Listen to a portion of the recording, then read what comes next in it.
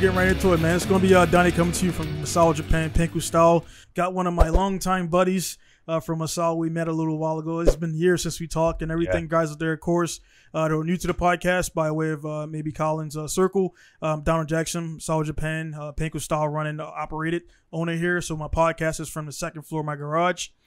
Be sure to like, subscribe, and share and all that good stuff. You like guys to stay updated. Pinku style, everything, Twitter.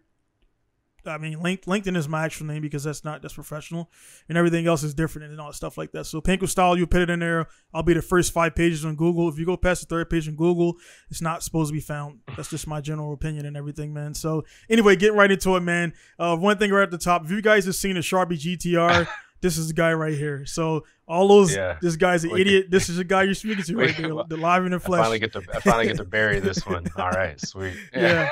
And then also this is like, before I get to the next one, I don't know if it was a foot. Like, did you actually do the one? Was that you with the unicorn with the horse thing? Oh, or was that somebody else? So it just looks exactly like me, and I just ran. I was like, I've run with that for years. Everyone actually thinks it's me, so I'm like, yeah, that's me. Yeah. I was like, dude, I don't know, because I'm like, it's something that you would definitely do, man. Like, I mean, every time we always, that's why I definitely want to talk to you, man. Every time we've met, we've always been a guy that's been in good spirits, man. And a person like you, man, you know, is definitely a guy that's good to talk to in these times, man. Some guys are really negative and stuff like that. And it's all the stuff going on right now, it's all crap. So anyway, man, just introduce yourself, where you're at currently, if you can say that, then like what do you do for a living, if you could talk about that, and we'll get right into it, man.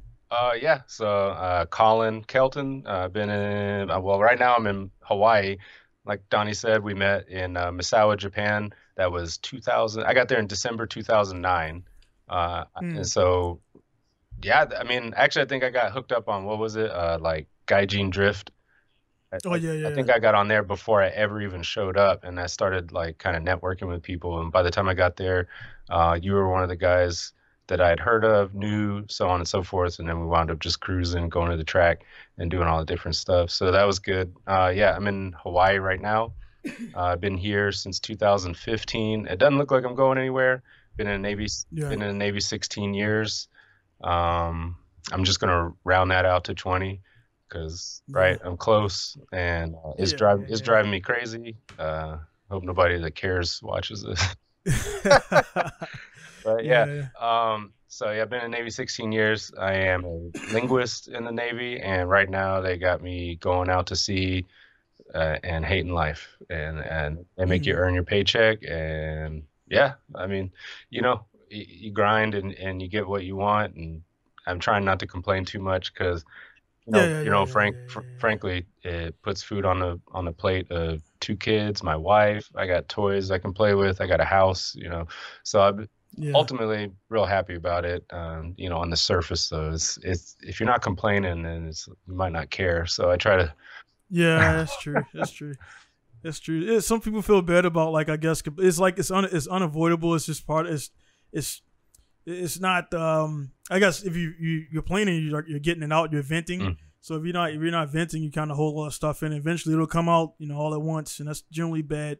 I've been a victim of that, holding things in, and then like other stuff, not like things that I deal with immediately. But the wife you're speaking of the wife is actually the guys out there watching. She's the one who did the Sharpie. I think you did some of the clear coding, but she did all the drawing. So the way that worked out was like, I'll tell the story start to finish real fast. Right. So bought that car, and you know how it is with the auctions, like the pictures look pretty good, and you're like, yep, okay. And the price was right. Right. So paid cash for it. This is in 2009. I got a 1995 GTR. It had 70,000 kilometers on it, and I was paying like under $10,000 and the yen rate was bad back then. Right. I mean, it was like 70s. Right. It was in the 70s, and I still only paid about $10,000 for this car. So I mean, it was when you fast forward, if that was today's yen rate, that thing would be like $7,500, $7,000 car. So didn't pay a lot for it. When I got it though, it had had one of them things like if you pull through a drive-through and hit their little metal pole so you don't bump into the building or whatever. It had something like that on the bumper, and I said, well, uh, I was gonna repaint the bumper, and then it got on this conversation where I said I was gonna have somebody just draw all over the car. And my wife is she's an artist. She's got a degree in all kinds of different arts. And I can't remember what she's. If you actually here, I'll do the.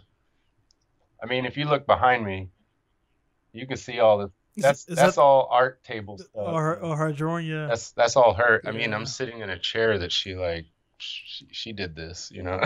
Yeah. Yeah. So she said, I'll do it. And I said, I mean, that's going to be a lot of work. And she said, I'll do it. And I said, okay. So I went to work one day and left the car there, and she had drawn over like the scratch on the bumper. And I was like, wow, this is pretty sweet. Do you really want to do the whole car? And she said, yeah.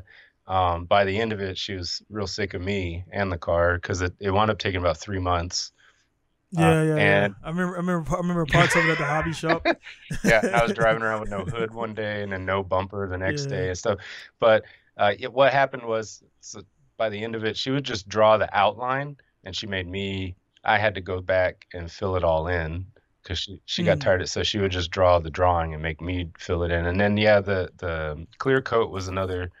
That was artwork in itself because I basically had to have other panels, and then I was drawing Sharpie on it and figuring out, would polyurethane work, enamel, how thick can I run each layer, how hot, how cold, because that stuff would run really bad. And I eventually figured out a system where I could clear coat Sharpie on metal. And it stayed that way. Actually, parts of that car are still that way. I have the hood in the garage downstairs. Yeah. And then I think a picture surfaced of that car, like the rest of it in Germany on base somewhere, and parts of it are still Sharpied, but they had to buy. So the car is actually. The car is still alive. Yeah.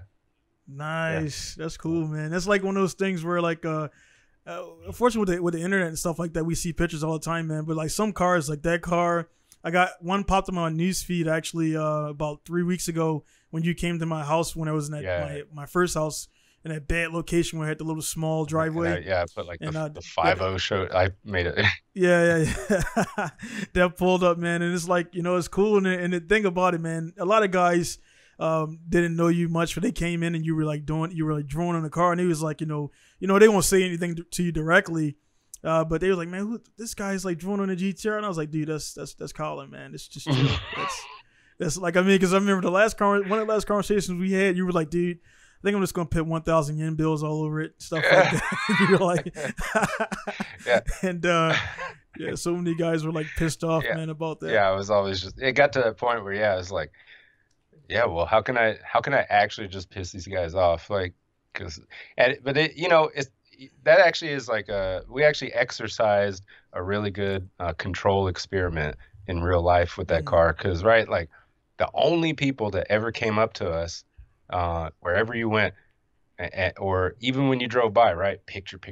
They're snapping pictures. They're posting up online. Check out this car. Hey, man, that's really cool. Oh, you drew it? Wow, that's awesome. Blah, blah, blah. And then you get online, you type Sharpie GTR, and people are like, man, fuck this. Man, F this. F this guy. He ruined this car.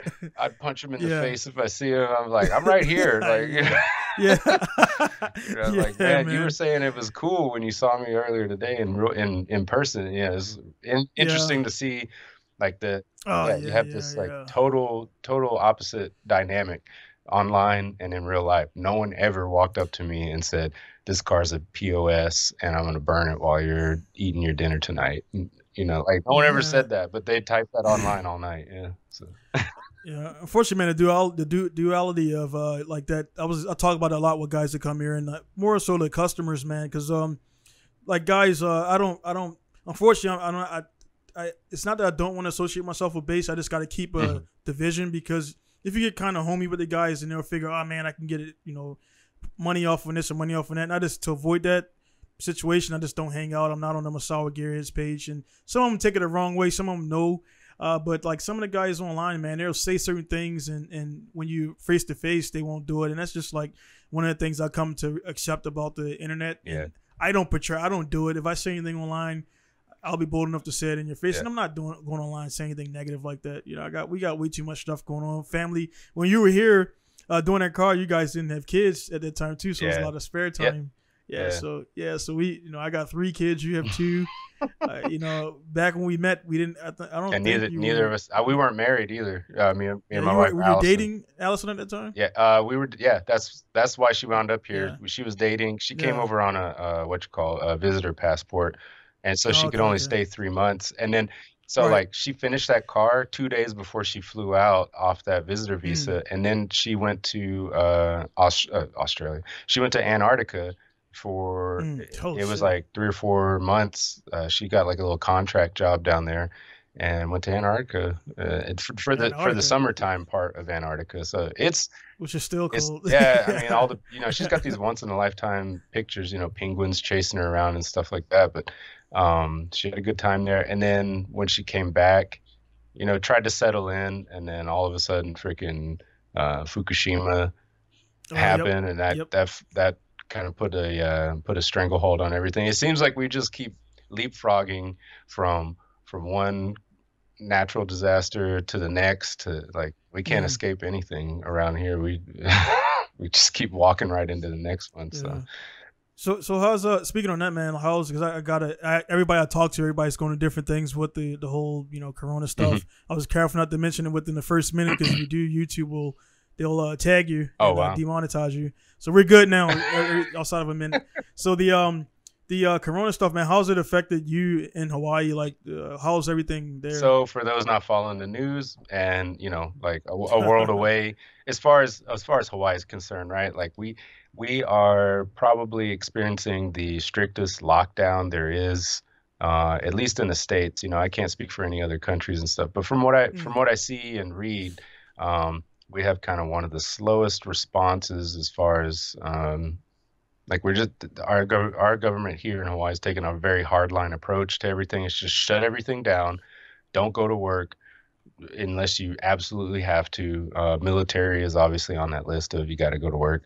Um, but all these, every business is considered non-essential except for Walmart and mm, Target and stuff. And it's really ridiculous. It's like we're around now. Everybody around here is kind of like, oh, I guess, coronavirus dies in Target and Walmart, but it's like full force inside the mom and pop stores. It's like, yeah, yeah, yeah, there's a yeah. lot of there's a lot of weird things. So I think now there's these lists coming out. Like I think we're up to like 900 local businesses that have permanently closed in the Mm, islands of Hawaii. I don't know how many on Oahu, but we have about 80 to 90% of Hawaii's population on one island. So if right, anything, we have the lion's share of everything going on. Like you can visibly see the homeless population increasing, that right. kind of shit. And it's like, That's and crazy. it's like you don't want to cross that line where people just think you're crazy and don't care about COVID-19. But I think the conversation needs to happen. It's like, what is worth these people's livelihoods? Like maybe they'll live because they don't get coronavirus, but maybe they'll just die because they don't have anything else either. Like Mm, so, and no one's really having that conversation. They just keep pushing we gotta be safe. We can't be sorry. We gotta do what we gotta do if it's gonna be tough times. And it's just rhetoric, really. There's no right, answers. And when people ask questions, you know, there's no answers. You watch the news conference, and obviously they're hand selecting people they already know what the question's going to be when they freaking pick reporter A or B or C. They're going to ask some softball question and they give a softball answer. And then it's like, so, I mean, around here, like I say most people are in a small community sense, like on my street, in my neighborhood, that kind of thing. I'm not gonna say we're ignoring it, right? But we're playing touch and go with, okay, so neighbor A, B, and C, they're cool with kids playing, A and neighbor D, E, and F, they don't want our kids over there. That one, she might call if I have some friends over. She seems like a COVID Karen. That's what that's what yeah. The COVID yeah, Karen. yeah. So I mean, Yeah, CK. that's what they're out there. It's in full force. It's Yeah, popular to be that kind of person these days. So, uh, yeah. you just gotta watch out. I mean, I'm at work all day every day, which So on the other hand, I'm like kind of bitter. I'm like, hey, I want to stay at home. I mean, Like, it seems like the stay at home thing is like kind of like they just it just they don't nobody talk about resuming anything, so right. it just like some guys I guess got fired or yeah, I don't know if people are still staying home. It's just kind of weird about what's going on because we over here, so it's all different and Yeah. everything, man. Yeah, it's yeah. I mean, they just keep you home, and then yeah, people are getting laid off, and on base here, I haven't really like base seems like as normal as it gets. Um, if I didn't tell you that there was some kind of stay-at-home order, you would never know. Right. So that's the other part of this whole thing. It's like we're just picking and choosing what's important, and is all of that really important? I don't know. Probably not. Like I don't think 100% of people on base are like if they don't come to work, the whole military is going to fall apart tomorrow. Like that. We Nah, we we that's never gonna definitely know that's happen. not how government contracts and freaking government work works. Like you could fire 90% of the people and 100% of the shit could still happen. It's still gonna get Yeah. done. This is this one guy that's this grown about his career is gonna get 5 more programs and tasks. To go with the one he barely wants to do, man. So I got one guy on my feed. I don't know. His name is John, man. He works. He's a Navy guy. Works with Marines, and he's down in Okinawa. Hmm. And that dude just every day he's just like, man, the supply sucks. I'm like, dude, you post so much on social media, dude. I know your command sees this. Yeah. Like, there's no way they don't. It's funny. That's why I think he gets away with it because he puts it in the he doesn't he bitches about it, but he makes it like a comic thing or Oh whatever, yeah. man. So it's pretty cool there. But that's one of the things that was unavoidable. My career was in the military was most people think I was bitter. I'm like I wasn't. When I got out, I took advantage of opportunity being here in Japan, and it worked out a lot better than I thought it would work out, man. To be brutally honest, I didn't expect to have an international shop operating out of Misawa, where I now service and help military members, man. So within reason, you still got to keep the customer stuff because some people figure because military or because I'm a single business, they can run certain games, and when I shut it down, they want to get pissy. I'm like, hey man, when home ec closes at 9. They don't care about your medical appointments and what time you get off work. They close at 9. If you don't get there, you're not getting whatever you need. Yeah, Burger King doesn't care about that. You're not getting on your rings tonight. Go home. But anyway, man, like so in the beginning, man, like I definitely hit some. I got in my mind. I don't write stuff down. I'm just making notes for myself here. One thing, man, is like towards the end of you leaving here, man, we spoke about your mom a little bit, man. Like, if you speak about your mom and what she, the work she did and things like that, because it's pretty awesome stuff. Yeah. Man. That's a good lead in, I guess. Yeah. She's definitely one of those people you like live in the shadow of. Yeah. It's like I don't know. It's like Nah, it's like if you're John Lennon's son. It's like doesn't matter which song, you're doesn't right. matter what song you write, it's gonna suck. Right. Like. Yeah. So yeah, I mean she was born in Wales, in Great Britain, and so her dad was American but lived over there. Mom was Welsh, and then at some point she decided she just had enough of her parents and her life over there, and they had a family friend in Nashville, Tennessee. She'd never left the United Kingdom or Europe at least, and she said, I'm buying a plane ticket and I'm moving in with her name was Margaret. I'm moving in with Margaret. And they said, yeah, right. And so that's it. She just got on a plane and moved in with this lady, Margaret, and never went back. And she got to Nashville, needed a job. I don't know, like it's funny when you go back and sit around and like, I wonder how 1979 was like, because Yeah. like when in 1979, how did you find out the police were hiring?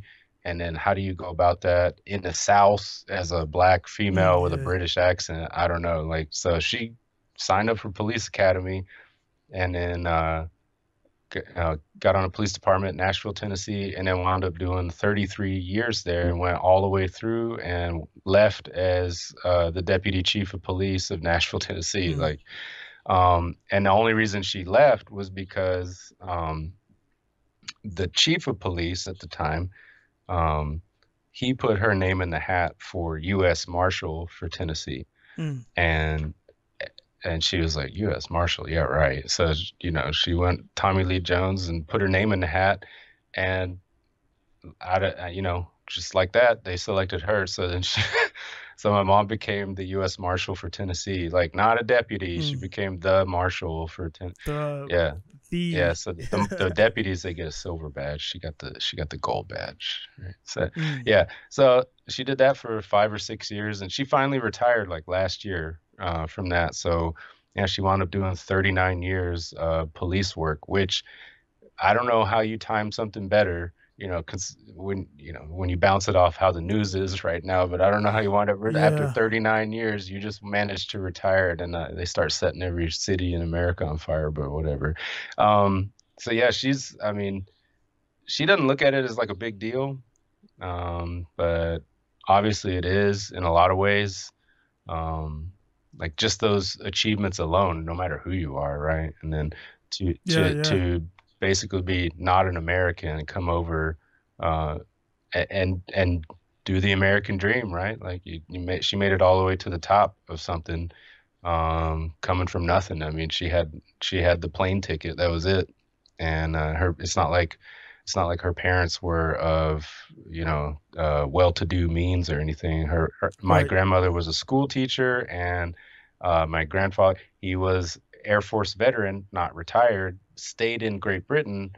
Does this sound familiar? And Mm, he stayed in a foreign country after getting out of the Air Force, and he wasn't as aspirational as you are, perhaps. I think he just kind mm. of did, jobs here and there type thing. Like he didn't run off and start his own business or anything. It might have worked out for him if he had, but Yeah. um, yeah, it sounded like he piddled away a lot of his time from what I know. And unfortunately, I don't know a lot. I still Right. got to get those stories, before it gets too late. So Yeah, yeah, yeah, yeah, yeah. so Yeah, man. So and it's bring that up, man, because like you say your mom is from there and everything. And you're a half breed, correct? what's that? A half breed? Half breed. Yeah. Yeah. My dad. So my Yes. yeah, opposite. I'm the result of opposites attract. So yeah, my Yeah. mom's like very Now we all in the same thing. yeah, My wife's Japanese. Your wife's yeah. My wife's your white. wife's Yeah, not the same. Yeah. but Yeah. So it's like we got the mixture, my man. mom's like, and she still, people still hear it strongly. I don't hear it when I talk to my mom, but she has a very distinct accent still. Mm. People notice that, and so very proper sounding British black woman. And my dad is from Graves County, Kentucky, um, also known as Mayfield. Sometimes I guess it depends on if the population goes above or below 10,000. If they determine Right. if it's above, then they give it a city name. If it goes below, then it's just a county. But Mm. and it's just like you imagine. Like this, I got a whole YouTube series of video. When I call my dad on FaceTime, I record him. I don't Mm. tell him I'm recording him, but I've been recording him, and the stories he tells are wild as hell. And like he told me a story about when he was in high school. So to give you the dynamic, the opposites attract. So there's my mom, and then here's my dad, senior year in high school, and he pulls up in his truck, and he got a new shotgun. And the principal rolled up, and he said, "Big John, what you got over there?" And he said, "Well, I got me a new shotgun. Let me see that thing." And so they're standing out in the parking lot with the principal, checking out a new shotgun that he brought to school with him. And then the principal's like, "Well, put that thing in your truck, get in there and get to class." "Oh yeah, and after class this afternoon, Farmer Billy, he needs help with the tobacco, so we're cutting everybody out early to go over there and help him." Like, Holy shit! like Yeah, dude, we yeah, got to link. I'm gonna link that definitely yeah, because I want to listen to yeah. some of those while I'm in the He's got shop, some man. crazy stories, and it's just like talking about how did my mom get this job in 1979. Like that was that's he graduated in 1969 from Mm. high school, and it's like that sounds like a long time ago, but at the same time, like Right. It's it's not. not that long ago. And how Yeah. is that what was happening? Like that sounds like two different universes, compared. It does, man. And that I mean, just from 2020 to 1999, man. Looking at because we both in the car things, we both military, so much of both. I mean, and that's only two of the things we got in common. Music, we'll talk about that stuff later, but everything is like transcended and changed so much. It's like right when Facebook came out. I was on Facebook when it was in college. College was a college thing. Mhm. first, and I was MySpace first, and Yeah. then they had Black Planet, and they had some other stuff, and I got on Facebook, and it's like right at that point it changed almost overnight, like the way people interact, the way they share information, the way they get information, man. And it's like the social media and the internet just like blew up, man. Advertising was MySpace suffered because of that. Because I know you had MySpace, and it was like the ads and the music, and it just got too they didn't have saturated. They didn't have like that beautiful format that people want. They didn't put a limiter on it. Then like back then, what it was, DSL was the fastest connection. If you had 56K, you had to wait for your friend's page a little, because he got Little John in the background with all the glitter and everything. Man. Yeah, what was it like? It's basically it was like a high tech Tri-Cities or some shit. Yeah, pretty much. I remember Tripod. I had Tripod, that too. But but like like you're saying, man, 69. It seems like a long time, but now that I'm 37 now. And now when you look at 22 years ago, I was just getting in the cars. Flash forward, man, I'm in Japan of all places, running a car shop, and which is connected to a lot of guys, man. So the time is just like how it happens. Things fly, things. I just enjoy the ride, man. So it's pretty cool. Yeah. I guess. I real quick, like as far as like how I look at my age, I don't know if this is the best way to look at it, but it helps me be more productive as time goes on. But like, when you're 10 years old and you're the day you turn 10, you're like, oh, I can't wait till I'm 11. Well, that's 10% of your life that you're waiting to happen. Right. And then, but by the time you're 40, that same year represents much less of your life. So as that year goes by, it's going to feel like a lot less, and it really is. In time, it is a lot less time. Like 4 years is now your 1 year when you were 10. So that 1 year, when you think about, I got a year till blah blah blah. Well, that ain't a whole lot of time. Like just because when you were 10, a year felt like fucking ever. Like it felt like you were never going to turn 11. So when you're 40. Hopefully it feels like you're never going to turn 44, because it's the same comparison at that point. I'm looking at, I'm staring down 40, same as you now, right? I think we're the same age. So, I try to. We got the grays. Yeah, I got a lot of grays. I got a lot of grays. When you left though, man, you didn't have. You had a couple, and then I don't think I had much of any, man. And just like, I guess from mine probably would come from the internalizing the. I don't display it, but. One thing about the body, man, you can't fool it. So I guess the internal, like, hey, man, how am I pay next month? And it just now, like my whole like beard is pretty much peppered. Like I got the mohawk, but if I had the hair, you'll see like grays everywhere and everything. So, and I dyed the hair, so you can't see those. Yeah. But man, it's like you said with the time. Like case in point, this year, man, I can't believe it's September right now. Like it just time. Yeah. I guess because you're occupied with that, and then like the first phase of the coronas is keep everybody entertained, and then after that it's just the the shootings and the chokings, and I'm like, dude, man, and then then of course everything is the Chadwick guy passing away 2 weeks ago or so. It's just like everything has been magnified right now, and then elections are coming up, and it's like, dude, this year ain't done yet. Unfortunately, I think it got more in hold. I told all my guys out there, man, just be positive and just control what you can control, because the stuff you can't, guys out there, just it's not. I can't waste my time. I got cars outside to build for customers. I got cars outside I want to build for myself and things like that. People to catch up with, like such as yourself, and I just keep it. Within my lot. When I pull on my lot, man, I call it the green zone, the safe zone, man. Like all the drama outside. Yeah. And I just, I don't, unfortunately, when guys come here with all this stuff and. I'm like, dude, I don't want to hear it, man. I need to work on one of those. I got to work on a green zone. Yeah, I don't think I have one. Yeah, man. You got you got a Tesla outside, right? Yeah, I got that. I got my bicycle. I can go ride my bike. It's pretty green. Yeah, you got the. Oh yeah, taking care of it. But did you give it an NSX or you still got that? No, so I sold the NSX. It was like it was bittersweet. Like I don't think about it. I don't think about it a lot. I don't. Yeah, sometimes. My bad. Oh, but no, like it was a great car, and it was one I always wanted. Like I remember when I was 10 and I saw one, I was like, that's the car I'm gonna get, right? And you know, I got one, I had it, and I think I got it at the wrong time in my life. Like, you know, you when you're younger, you make fun of them dudes, you know, like midlife crisis. That's why I bought a 911. Well, no, that guy's Right. smart. He waited till it made sense to buy a 911. Right. That's what he did. Because I basically bought a 911 when I had two kids and a wife and Right. freaking soccer matches to go to, so, and work. You know, I don't want to drive this car to work on base and Yeah. have some E2 hit it and leave the scene of the crime, and I can't take my kid to soccer practice in a rear facing seat and all this crap. So like I just bought it at the wrong time in my life. So Right. um you know, I sold it for a real good chunk of change. It was Yeah. right hand drive, and Hawaii is basically like you know, there's pockets of it that are like mini otaku, right? For all Mm. kinds of Japanese stuff. So selling a right hand drive car in Hawaii, not as hard as it sounds, and it actually you can command uh quite a price for some of that stuff. Yeah. Yeah, Yeah. so I got Yeah. a good price on it, and I didn't sell some piece of crap car. Like I sold an awesome NSX, um,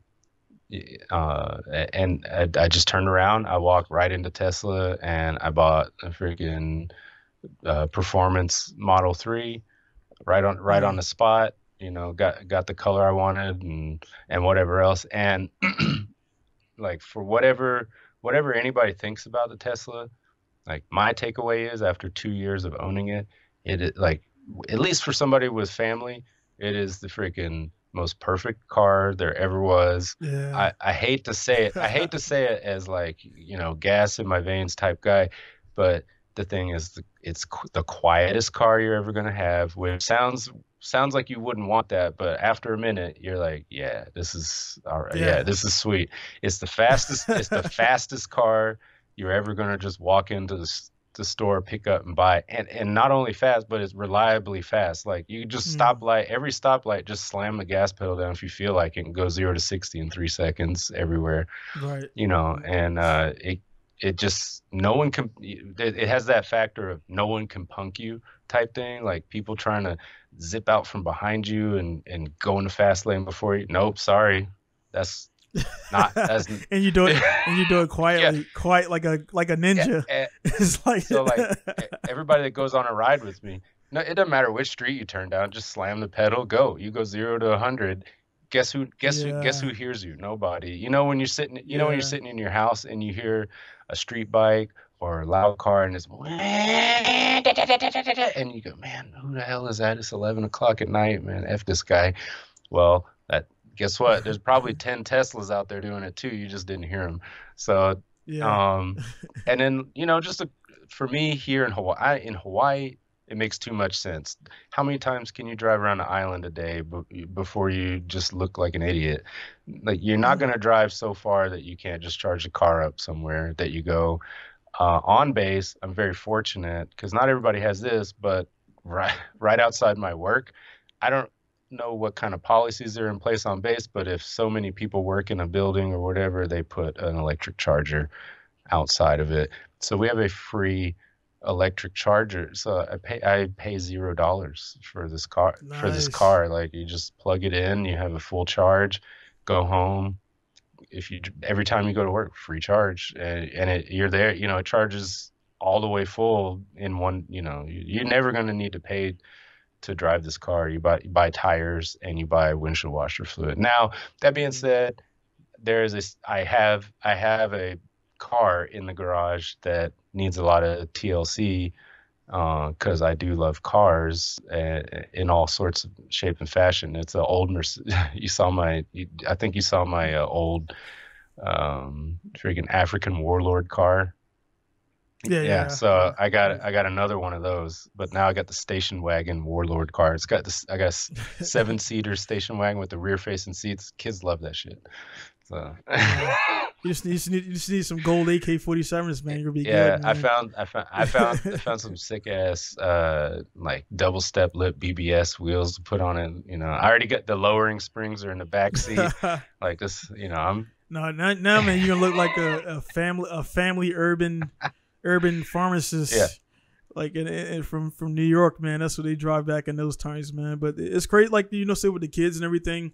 And the noise thing is like one of those things where like you had the S2000 autocross and all that stuff like that. Yeah. And it's like I never like now I'm at the to go back since I started my shop 5 years ago now almost. I haven't driven daily like a sports car. Like I've been driving I had an Odyssey. Yeah. When I first started it. Now actually what I'm driving daily right now is a 6-speed the VQ Stager. So it's like a 350Z wagon. Yeah. You know, but I drive that daily because I can fit stuff in it. And also, if my wife is stuck at an appointment, I don't have a car where I can't go pick up the kids from daycare. You know what I'm saying? So it's like this. It changes with kids, man. And it's like I prefer like we have a Hi-Ace now, the new Hi-Ace, and it's like it's weird, man, to not want to have a 5-speed loud ass car. Yeah, and it's like I don't feel normal. I don't know. I think everybody's gonna have that revelation one day where they're gonna get in something and be like, dang, this is nice. Like, nice, yeah. and I drove Model S, man. I'm like, dude, just like you mentioned, I think everybody, it's like you trash it, then it's like, oh man, this shit's actually not bad, dude. Yeah. Like I got in it and it was quiet and we were talking. And he's like, hey man, go ahead and go ahead and put the throttle down and put the video up a little bit. I'm like, dude, instant torque. Yep. Never drove an electric car before in my life. Instant torque, and then he turned on the function. He started showing off. He started, he turned on a little, I guess the bumper thing, and he's like, let go the wheel, and it like, self. I'm like, dude, this is crazy. Yeah, the whole self-drive. Like this is nuts. So you could put it on auto. That's the other thing. You put it on autopilot and turn around. You could just beat the shit out of your kids in the back seat for five. like turn all the way around with your knees, like your knees are in the chair and you're like grabbing the back of the headrest, like stop. It's like not condoning beating kids up there, guys. You do what you gotta do. You don't have to turn you don't have to turn the car around anymore. You just keep going where you're going and take care of business. Yeah, man, that's like Then you hear like all this stuff about the that people want to bring out the bad stuff about them, like the autopilot, fatalities and stuff like that.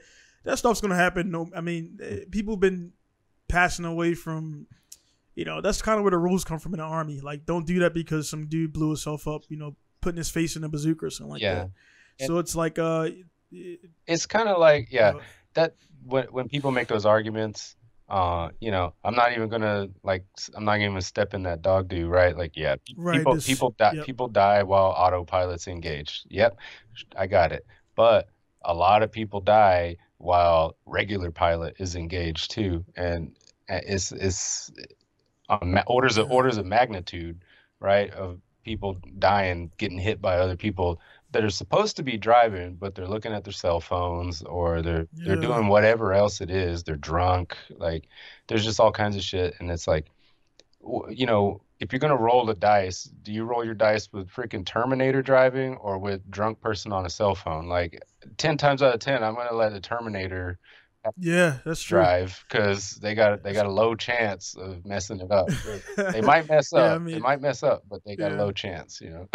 One of the funny things is, I know you know this, man. People don't realize when they fly on an airplane, they think the pilot's like this the whole time. Dude, they like sweating bullets. Like, no, dude, it's an auto. The plane flies itself, man. Yeah. It's a GPS. If I'm correct, I mean, I believe most of the planes, unless landing and taking off, is manual. So I guess I left out the part. I was air crew for 7 years. In the Navy, and some of that secret stuff.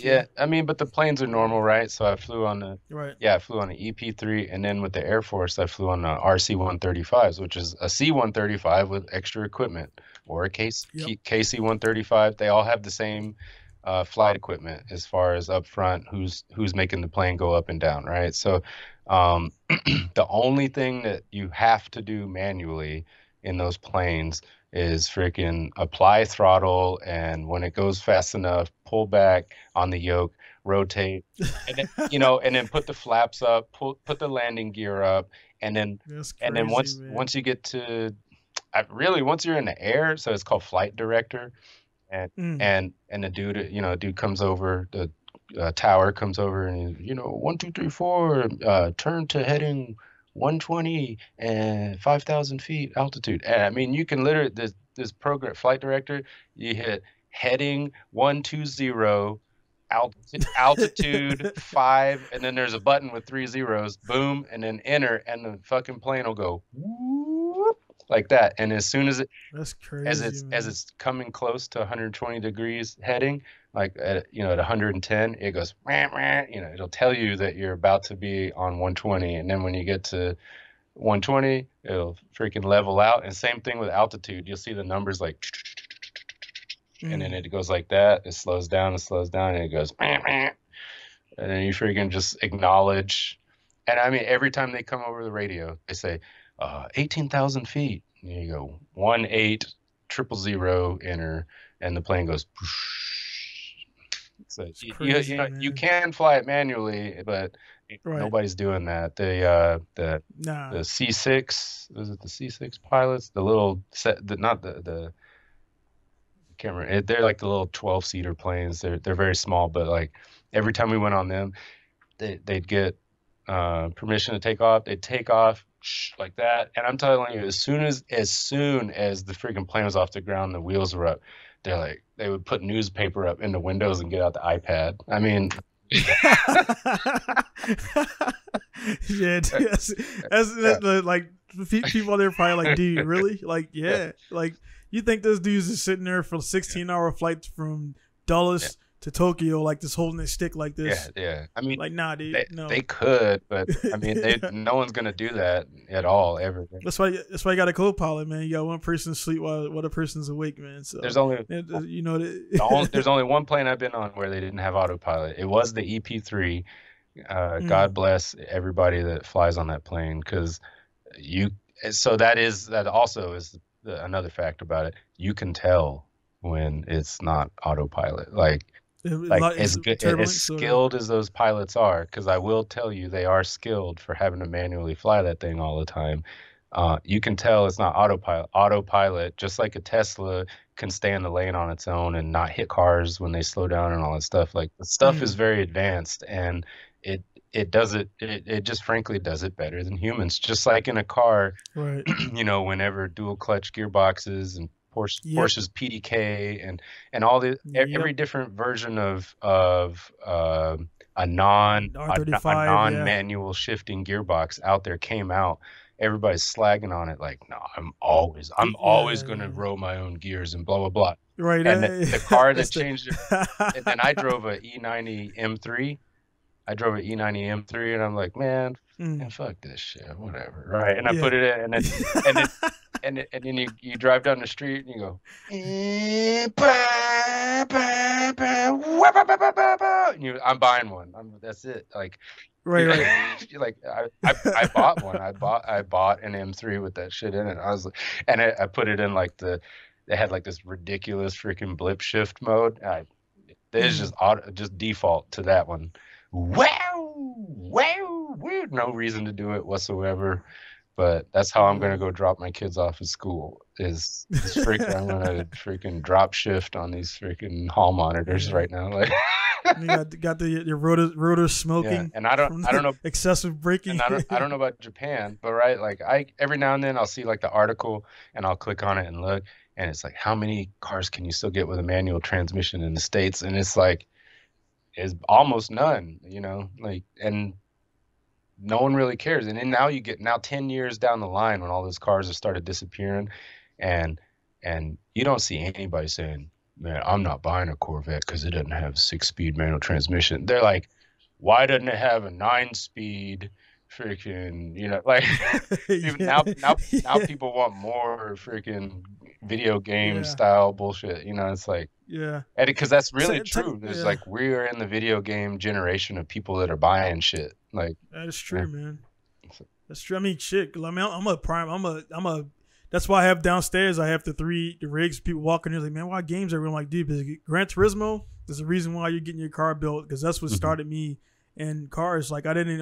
I tell guys all the time. I didn't come. My dad wasn't a car guy. My mom wasn't into cars. Nobody in my family was into cars.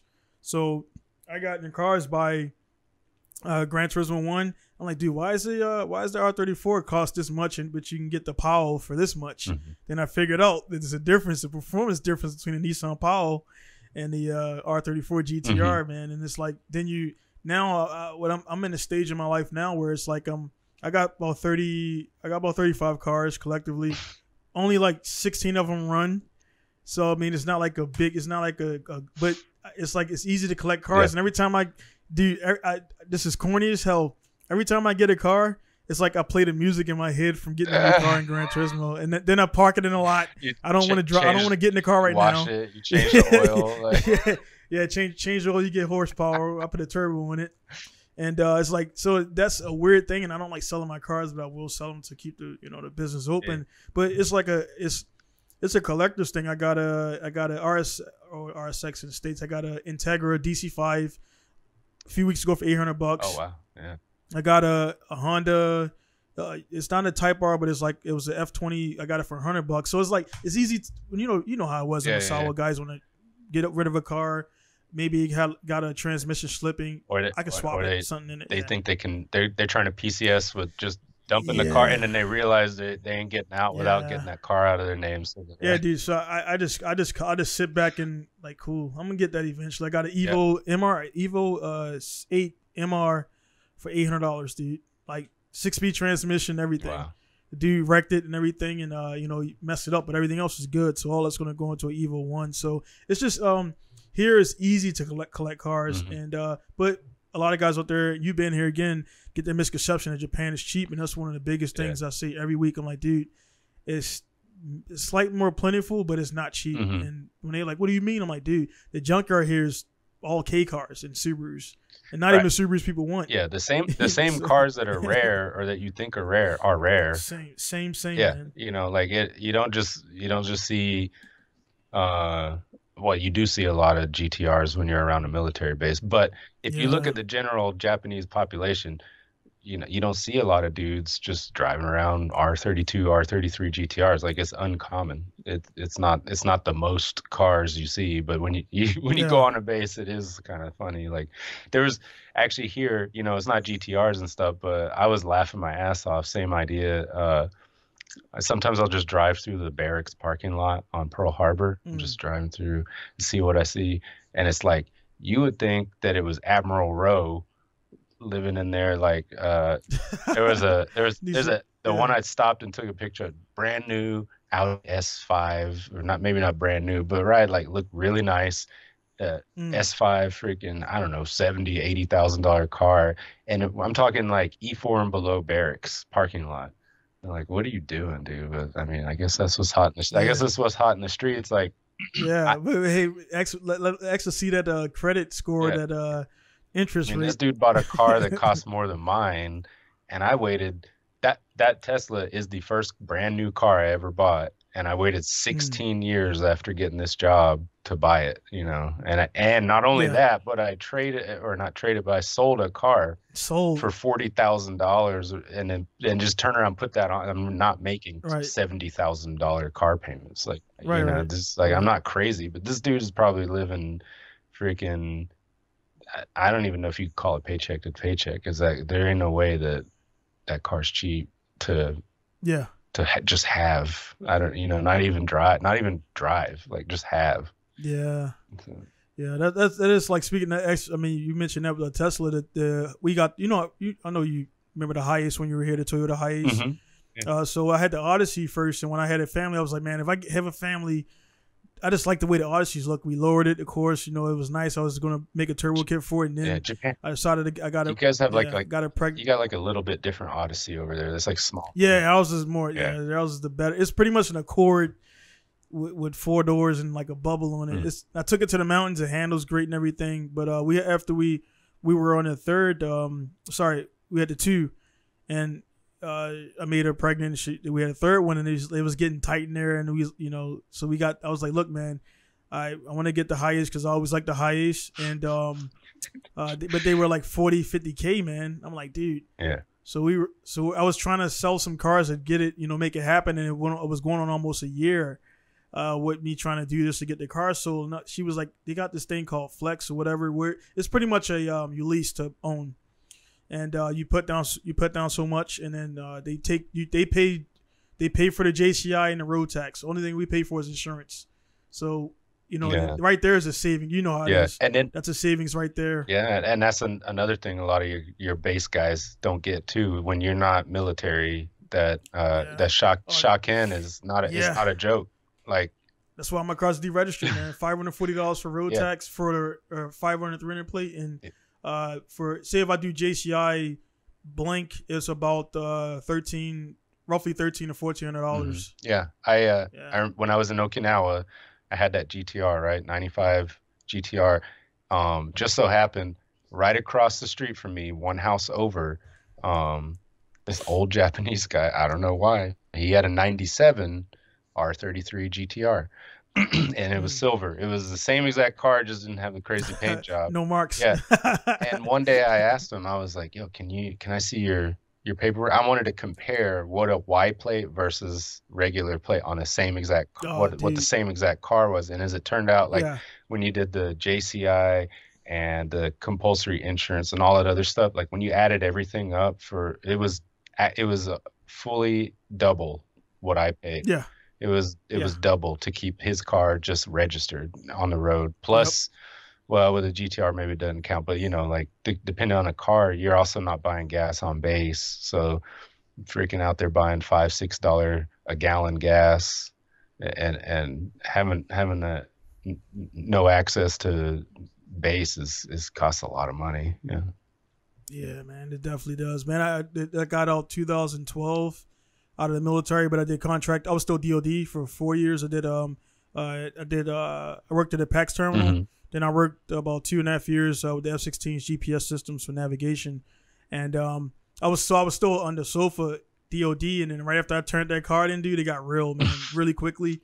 Like, I mean, and then what I did, I made sure I got the last road tax under white plate. And then the guy was like mad at me because I left and I was like, oh, I shipped them out there. And I paid the road tax. He knew what I did. If I would have went to that office and got the paper, I would have paid $540. And I was like, I'm not going to pay that today. So I came back and I was like, I can pay you right now. It's still white plate. So I paid it under white plate. It was $128. And I came back and he was mad as hell because that's their revenue and everything. Yeah. So I was like, nah, man, I know the system, man. So it was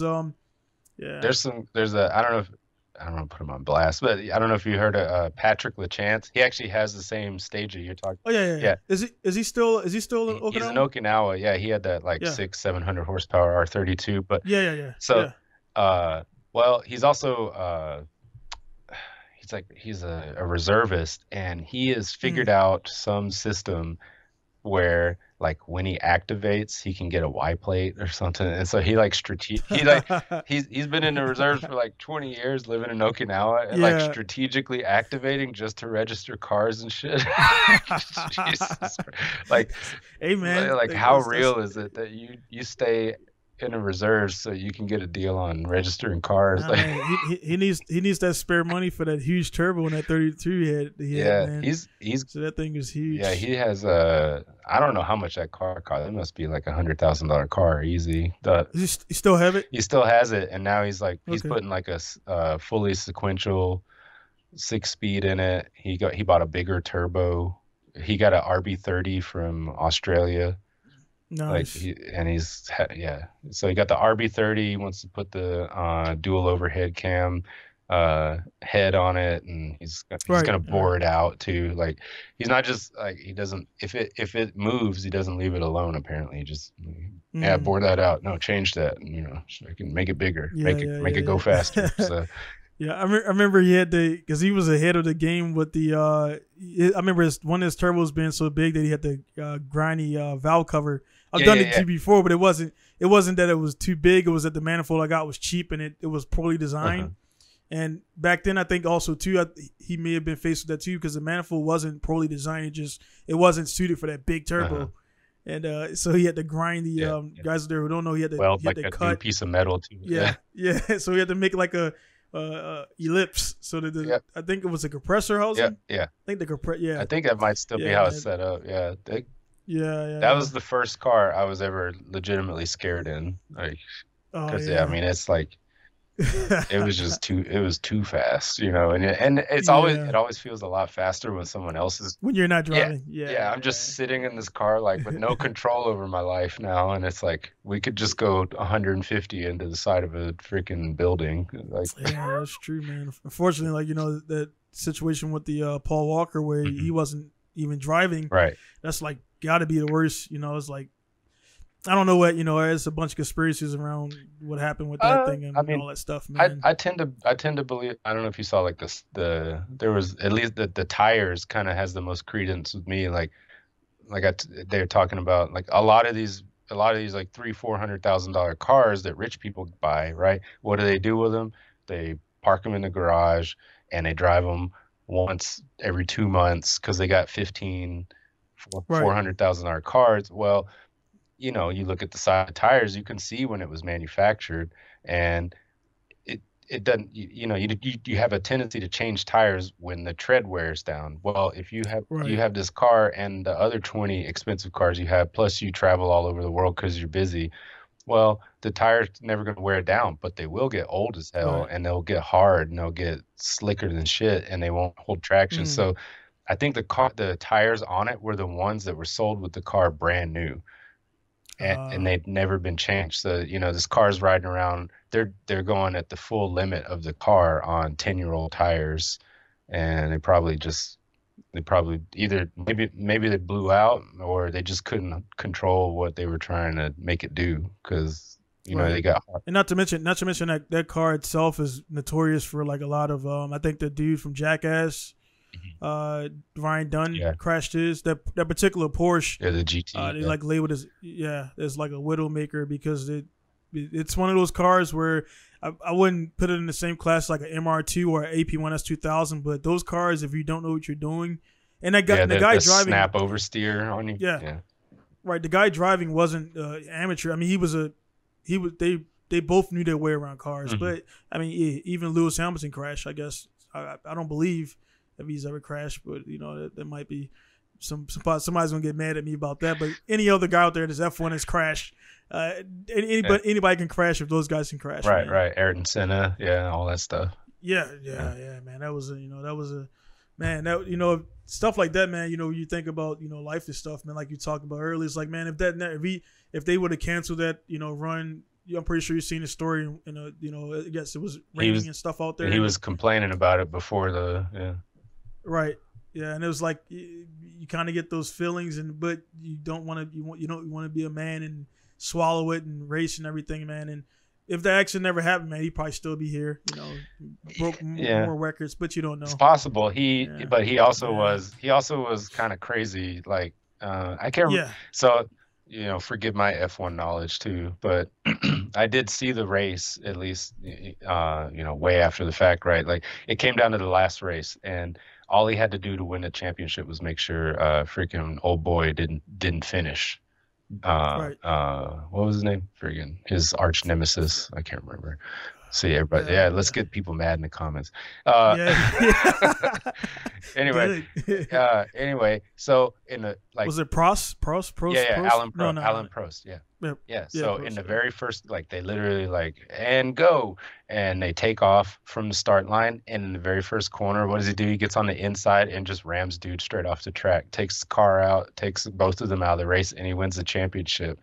And that was awesome. Yeah, and they're like oh, you purposely crashed and blah blah blah. He's like, no, I saw the gap, so I go for the gap, you know. And it's like, yeah. But obviously, I mean, anybody, you know, he just crashed into him on purpose, exactly, just to like. So he was willing to take chances. He's like, I'm going to crash into this guy at 100 miles an hour. I don't care. And like that was it. I'm gonna blow up a $3 million car. Have a nice day. Enjoy your championship. Yeah, that's crazy, man. It's like definitely like one of the things that there are guys who like that's you know when I got kind of because F1 I know, of course we know it is, we acknowledge it, but when I went 2018 I pulled up a thing because some guys were complaining about parts in my shop, and I was like, man, let me let you know how much you're not spending. And it was like, you know, one tire is like $3,000, and like, you know, one of the air jacks was like $5,000. Then you start getting into the crews, and then the suits, and then the cars, and then the wings, and like, bro, like one weekend you're talking about over millions of close to millions of dollars in one weekend, man. Just for testing. And the money is so when you complain about a $2,000 turbo body, like, dude, huh? What? Get out of here, man.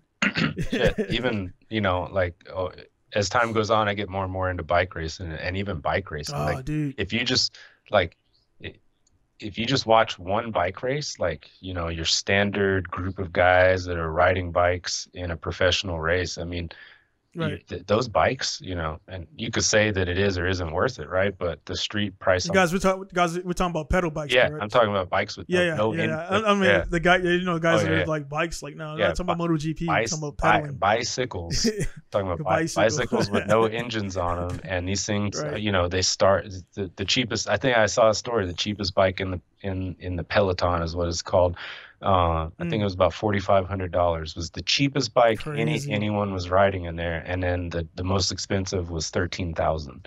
So, and there's 150 guys in these races per day. So, if you average it out, I mean, you're looking at, in a bike race, you're looking at freaking $1 million just riding around. And that's just the bikes. There's, that's the ones they're riding. They got spares on the car behind them in case they get a flat tire. They bought a whole extra one just in case they get a flat tire. Yeah. So yeah, like definitely segueing into that, man, because I definitely want to talk about that, because just like, were you into bikes when you were here at Misawa, or did you? I was into bikes before Misawa. There was a point in time where I'd hurt my knee really bad, and when I pedaled, it would like click, and it was like kind of painful. So I got out of bike interestingly, like it was the opposite for me. Running was comfortable, and biking got uncomfortable. So I missed a lot of good biking, like Lake Tawada and all that stuff. But yeah, I made do over time. My knee still kind of hurts, like just as a normal day-to-day thing, like one of those things that I just live with. But it doesn't click anymore, and it's not painful when I ride a bike. That was the main thing. So yeah, I got back into it. But I used to actually, the job I had directly prior to go on active duty was a bike courier in Nashville for Music Row, and all I did all day, no money on gas, and I was clearing about $30,000 a year in 2002 as a 19-year-old riding a bicycle. So I think I was living the life, honestly. Like that's good money to ride a bicycle around. Yeah, at that age, man, that's definitely most guys ain't making that. I mean, you got people who are, that's in 20 years ago, Nashville, Tennessee, where it's still not that expensive, compared to here, Hawaii, for sure, or Japan. I mean, it doesn't hold a candle to either of these places. Yeah. So, well, I definitely been following you, man, because I've seen like your posts, I've seen like the your training or the events, man, where your legs are so full of lactic acid, where they like look like your calves are going to explode. Yeah. And it's like, dude, I could see that picture, and you could tell people who compete and do sports. I play Division I football, and I train, and it's like I know exactly what that feels like when your muscles are so rock hard that it's like it hurts. Yeah. And I can only imagine for that. But like, dude, that looked like that hurt, man. Like it looked like a Charlie horse. Yeah, I've definitely with the cramps. I've definitely found like new levels of pain that I didn't know existed, and it's definitely a different style. I got out of. Yeah, as time goes on, just like I don't really care if my car's super loud anymore, and I like quiet cars. Like, I was always lifting weights and all that stuff, and I had this quantum shift to for whatever reason, like these extreme endurance. You slim way down. Man. Yeah, and now I'm like, I've got. So I think the bottom line is, and you can probably, where I'm coming from with this, is like, as long as whatever I'm doing is extremely challenging, then I'm down with it. Like I'm gonna try it. I'm gonna do the most that I can do in that regard. Like what is it that the best person in this field is doing? Well, I'm gonna try and do that. And actually that's my goal right now. So the last couple of years I've been like I went to the national time trial championship. I came in 12th. It's not bad. It's definitely not bad, but it's not good. Like in my mind, it's not good either. Like I have the picture on the wall because I'm proud of the fact that I got to go. Like I got the poster and it has like the number I wore on it and stuff, but it's like whatever. But then I found the hill climb championship, and they got it divvied up by class, and I won my class at the cycling hill climb championship for 2018 and 19, which I'm very like I'm more than just proud about it. Like I will gloat about that. You know, I wear the jersey. I wear the jerseys when I don't have to. Like, you know, like I show up. A lot of the guys around here that I ride with, like I troll hard on that. And but you know, like I said, who's the best at it and what are they doing? I want to do that type attitude. The guy that won it both years overall, like he had the fastest time of the day and won the overall championship. My goal is now, because I got in there, he posted his files, his ride file, and you can see how much power he makes. I know how much he weighs. Like I know how long he rode for, right? And I know how much power I can make. And what did I make? More than him. And how long did I have to do it? Longer than him. So, but what do I not have? His weight. So that's where when you said I'm like slimming down a lot, I've got this goal that is as long as I can keep my power the same, if I can get down to his weight, I will beat him because it's just a mathematical equation. If you're riding the same hill the same day as another person, and you're stronger than him and lighter than him, then you're going to beat him. It doesn't matter what he tries. It's just the fact of the matter. So I have until next October to lose like 42 more pounds. Holy hell, bro. Dude, that's like horse jockey weight, man. Yeah. That's what there's. And then you're like what, 6'2"? 6'3", and right now I'm 197. So I'm trying to get to 155.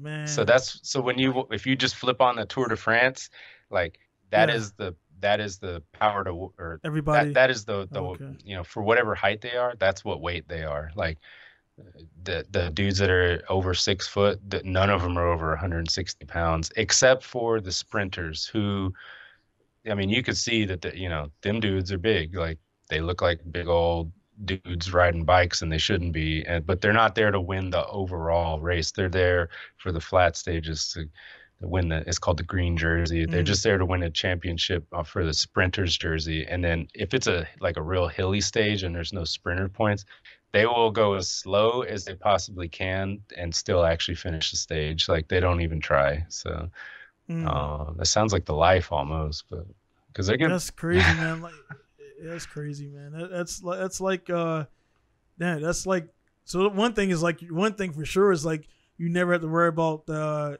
Navy PRT standards, man, because you're like well under. Like you're like, dude, like you eat some more food because you're like too skinny now. Your waist is like a 15-inch waist. Not that extreme. No. I did so. You know, with all the. Actually, so they have like the Navy's like the softest core version of a PT test out there now. Like you can do you can swim, you can bike, and it's like we used to have an elliptical, like all this kind of stuff. I think without medical saying you need to do one of these things, you can't do it in the other services, like a freaking bike PRT. You can't do that, but we can. I don't do it because I don't believe in doing the bike PRT. Like the PRT to me is push-ups, sit-ups, and a run. Right. And I don't. But with all the biking I do, I don't run anymore. But just you know, I think it is a testament to the fact that you can stay in shape and be ready for what's required of you, and not really have to do it or worry about it. Like I run twice a year, and maybe like one other time if I'm bored. And those PT tests, like you just fly through them because you stay in you stay in shape. And I just this is a whole other conversation. But like the short version of it is like I always, when people like worry about the PT tests and stuff like that, I'm like, that's different problems, man. Yeah, I'm like, man, you joined the world's finest Navy. You joined the world's greatest military. Like, how are you worried about a mile and a half of anything? You know, well, the times are so fast. And like, the fast times are fast, but there's other times on there. There's passing, which is all you have to do, and but people don't even do that.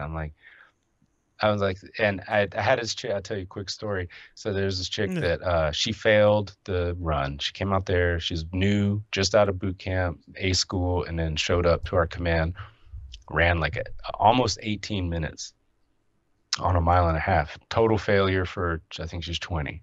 And our command had this like bad day policy where you can try again within a week. So set the date, said, okay, see you here that day, this time. And that day comes around, and I talked to her before the run. I probably should have gotten in trouble for this, but but before the run, I said, okay, here, I'm gonna run with you. Okay, is that all right? She said, yeah. And I said, okay, here's what I want you to do. I have figured out what time you need to pass, and I've divided that by 6 because this is a standard track, so you need to run that speed for the entire time, and you will pass. All right. So with that being said, follow me. Don't slow down, and you're going to pass the test. Now, what that requires of you is when it starts to hurt, don't complain about it. Don't tell me it hurts. Don't feel sorry for yourself. And think about it like this. If you slow down, your mom and dad are going to die. And, and you know, like, I was saying all this crazy I was saying all this stuff to her. I was like, think about it like this. Think about if you don't stay right next to me, your whole family's gonna die. Okay? Think about it like that. Guess what? Yeah. She passed the test. And hell man. Motivation, man. She did try to quit on me one time. It was like 4.5 laps in. Like Johnny's gone. No, I can't remember. I said I'm sure somebody probably complained at some point. I said, if you stop now, I'll just fucking kill you myself. Like because I was like, you don't need to commit career suicide because I'll fucking kill you. And she went, oh yeah. She started running. Yeah. Yeah, man. That's like, I mean, that story right there. And then like you biking and saying you learn new levels of pain, man. And then like I watch a lot of different podcasts. Of course, I watch Joe Rogan, all his little crew and everything. And it's like Goggins. I'm not sure if you heard of him before, but he's a guy that he was a SEAL. He was a SEAL initially. Then he did all of them just because he wanted to go through all the special forces and everything. And I don't think nobody else has ever done all Ranger, just Green Beret Rangers or whatever. And what's the Air Force one? PJ or he did all of them. Yeah. He passed all of them. And the thing about that, like guy was a fat dude, man, like sitting on the couch, like eating ice cream, and then like that mental thing, like it's like I've been training. I'm purple belting jiu-jitsu. Only reason I'm not black is because I don't train enough. And being and playing football, college, all that stuff is like. That stuff, man, it allows you to push your mental capacity where most people, they just want to quit as soon as it hurts a little bit. And it's like one of those things where people, like most people, you because you do it, I do it, and then people around us do it, we assume that everybody else is like that. But so many people, man, they can't run 200 yards without stopping. Mm-hmm. I'm talking about like a jogging. They can't jog 200 miles without, not 200 miles, 200 yards without stopping, man. And it's like a mental thing that your body can do a lot more than what you think it can. Yeah. And I told, there was I won't stay on the topic too long, but there was another guy. Yeah. He came, what his words were, he didn't try to pass. Like I caught him sandbagging the test, and we had a conversation about it, and he's like, I just don't see why it's that big a deal, blah, blah, blah. PT test doesn't really, doesn't make me good at my job, right? It's checking the box, man. Well, and so what I said was, I was like, okay, here's the thing. You're supposed to be going to the sub shop, right? Right. You're going to submarines, and you can't be bothered to come out here and try to do something for 20 minutes. Like, that's what you just did. You didn't even try to do something that you just can't be bothered to do for 20 minutes. So when you go on a submarine and, well, if anything takes longer than 20 minutes, I guess I just can't count on you to do it, is what you're telling me, because that just doesn't sound hot to you. Like, you just don't want to do it because it sounds annoying and it lasts longer than 20 minutes. So if there's some evolution, like, I don't know, a fire, or whatever that lasts longer than 20 minutes, you're just going to quit.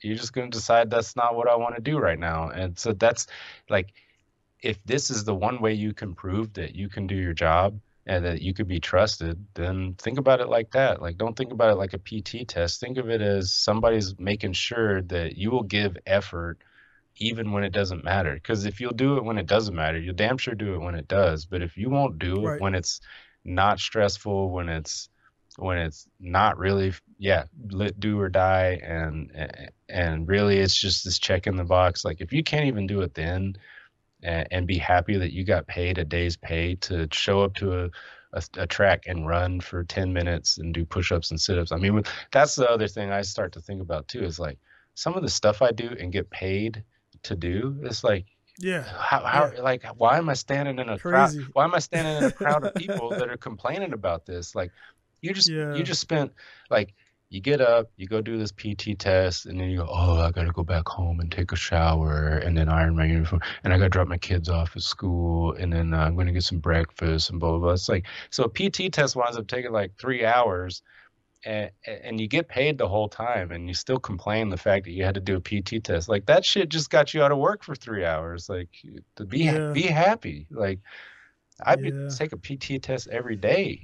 Like, yeah, people got like a lot of wrong perspectives out there for sure. Yeah, it's one of those things where it's like, then there's some guys where like the opposite of that is the guys who are heavily active outside of like like you say, you bike, and one of my guys is a power lifter, Navy guy who just left here, and like his normal daily routine like blows away the small requirement that your command requires you to do every day to fulfill your. It's just part of the guys who doing the military.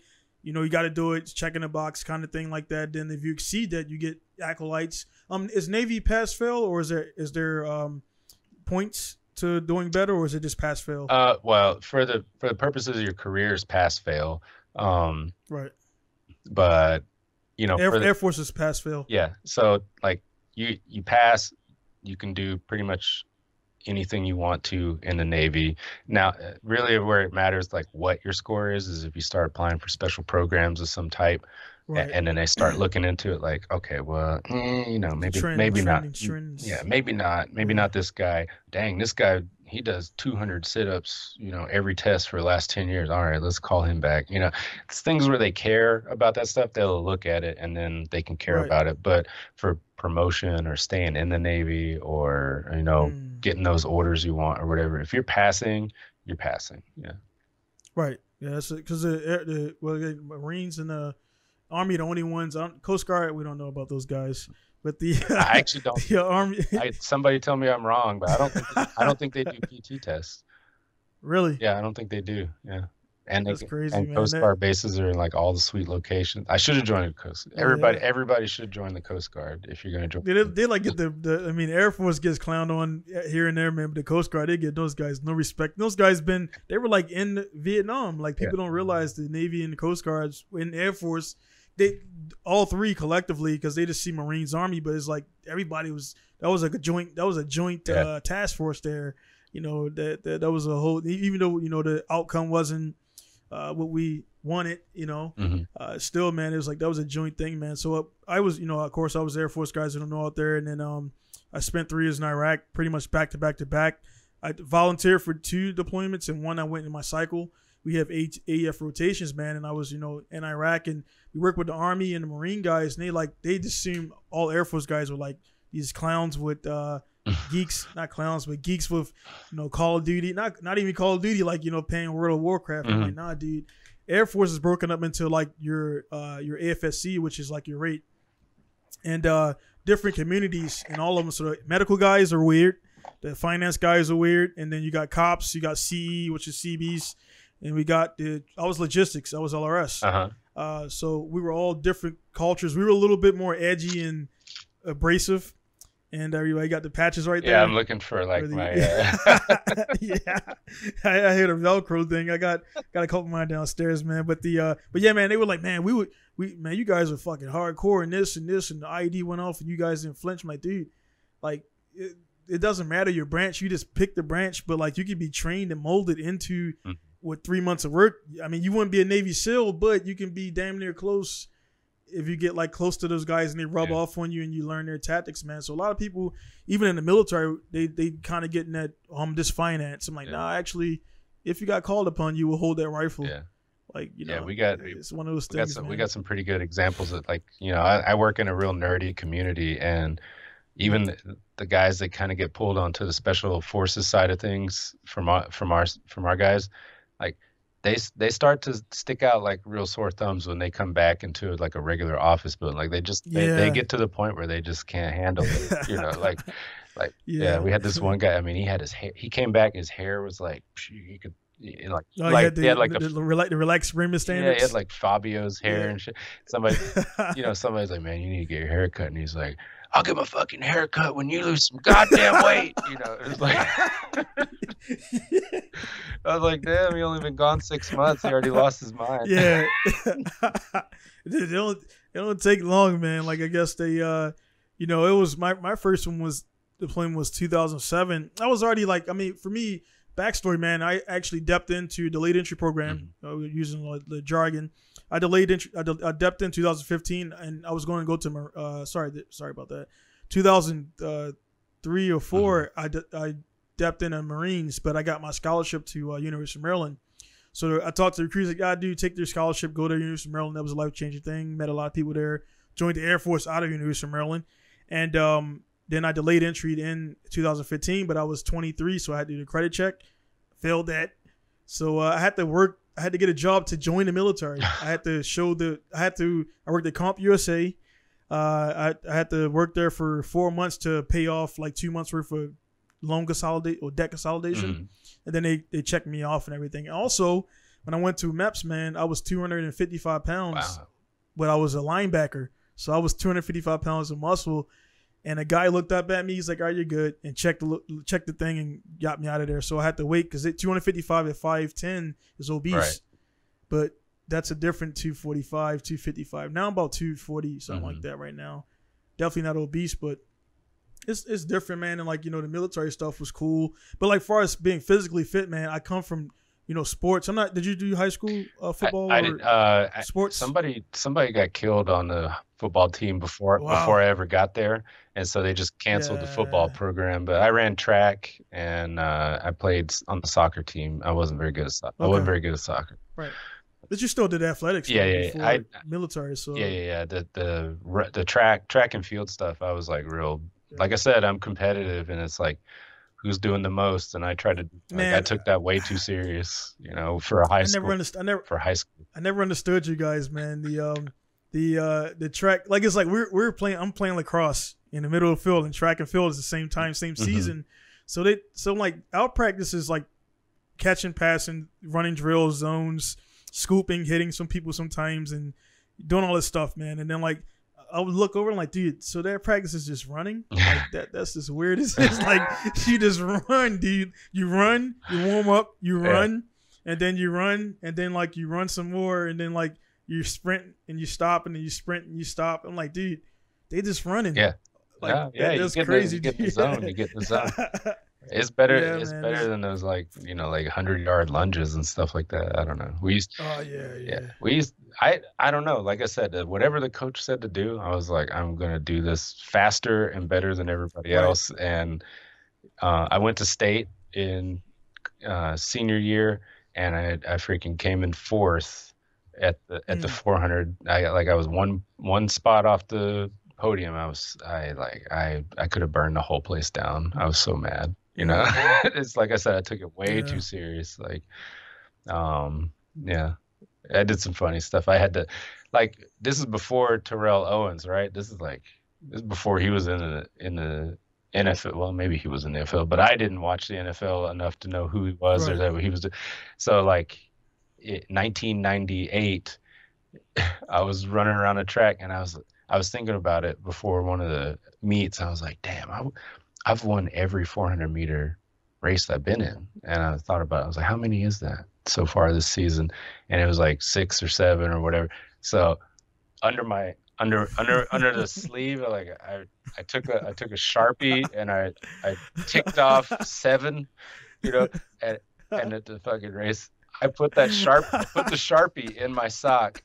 And I won the race. I pulled that motherfucker out, and I pulled up my sleeve, and I went whack, and I threw the fucking Sharpie as far as I could.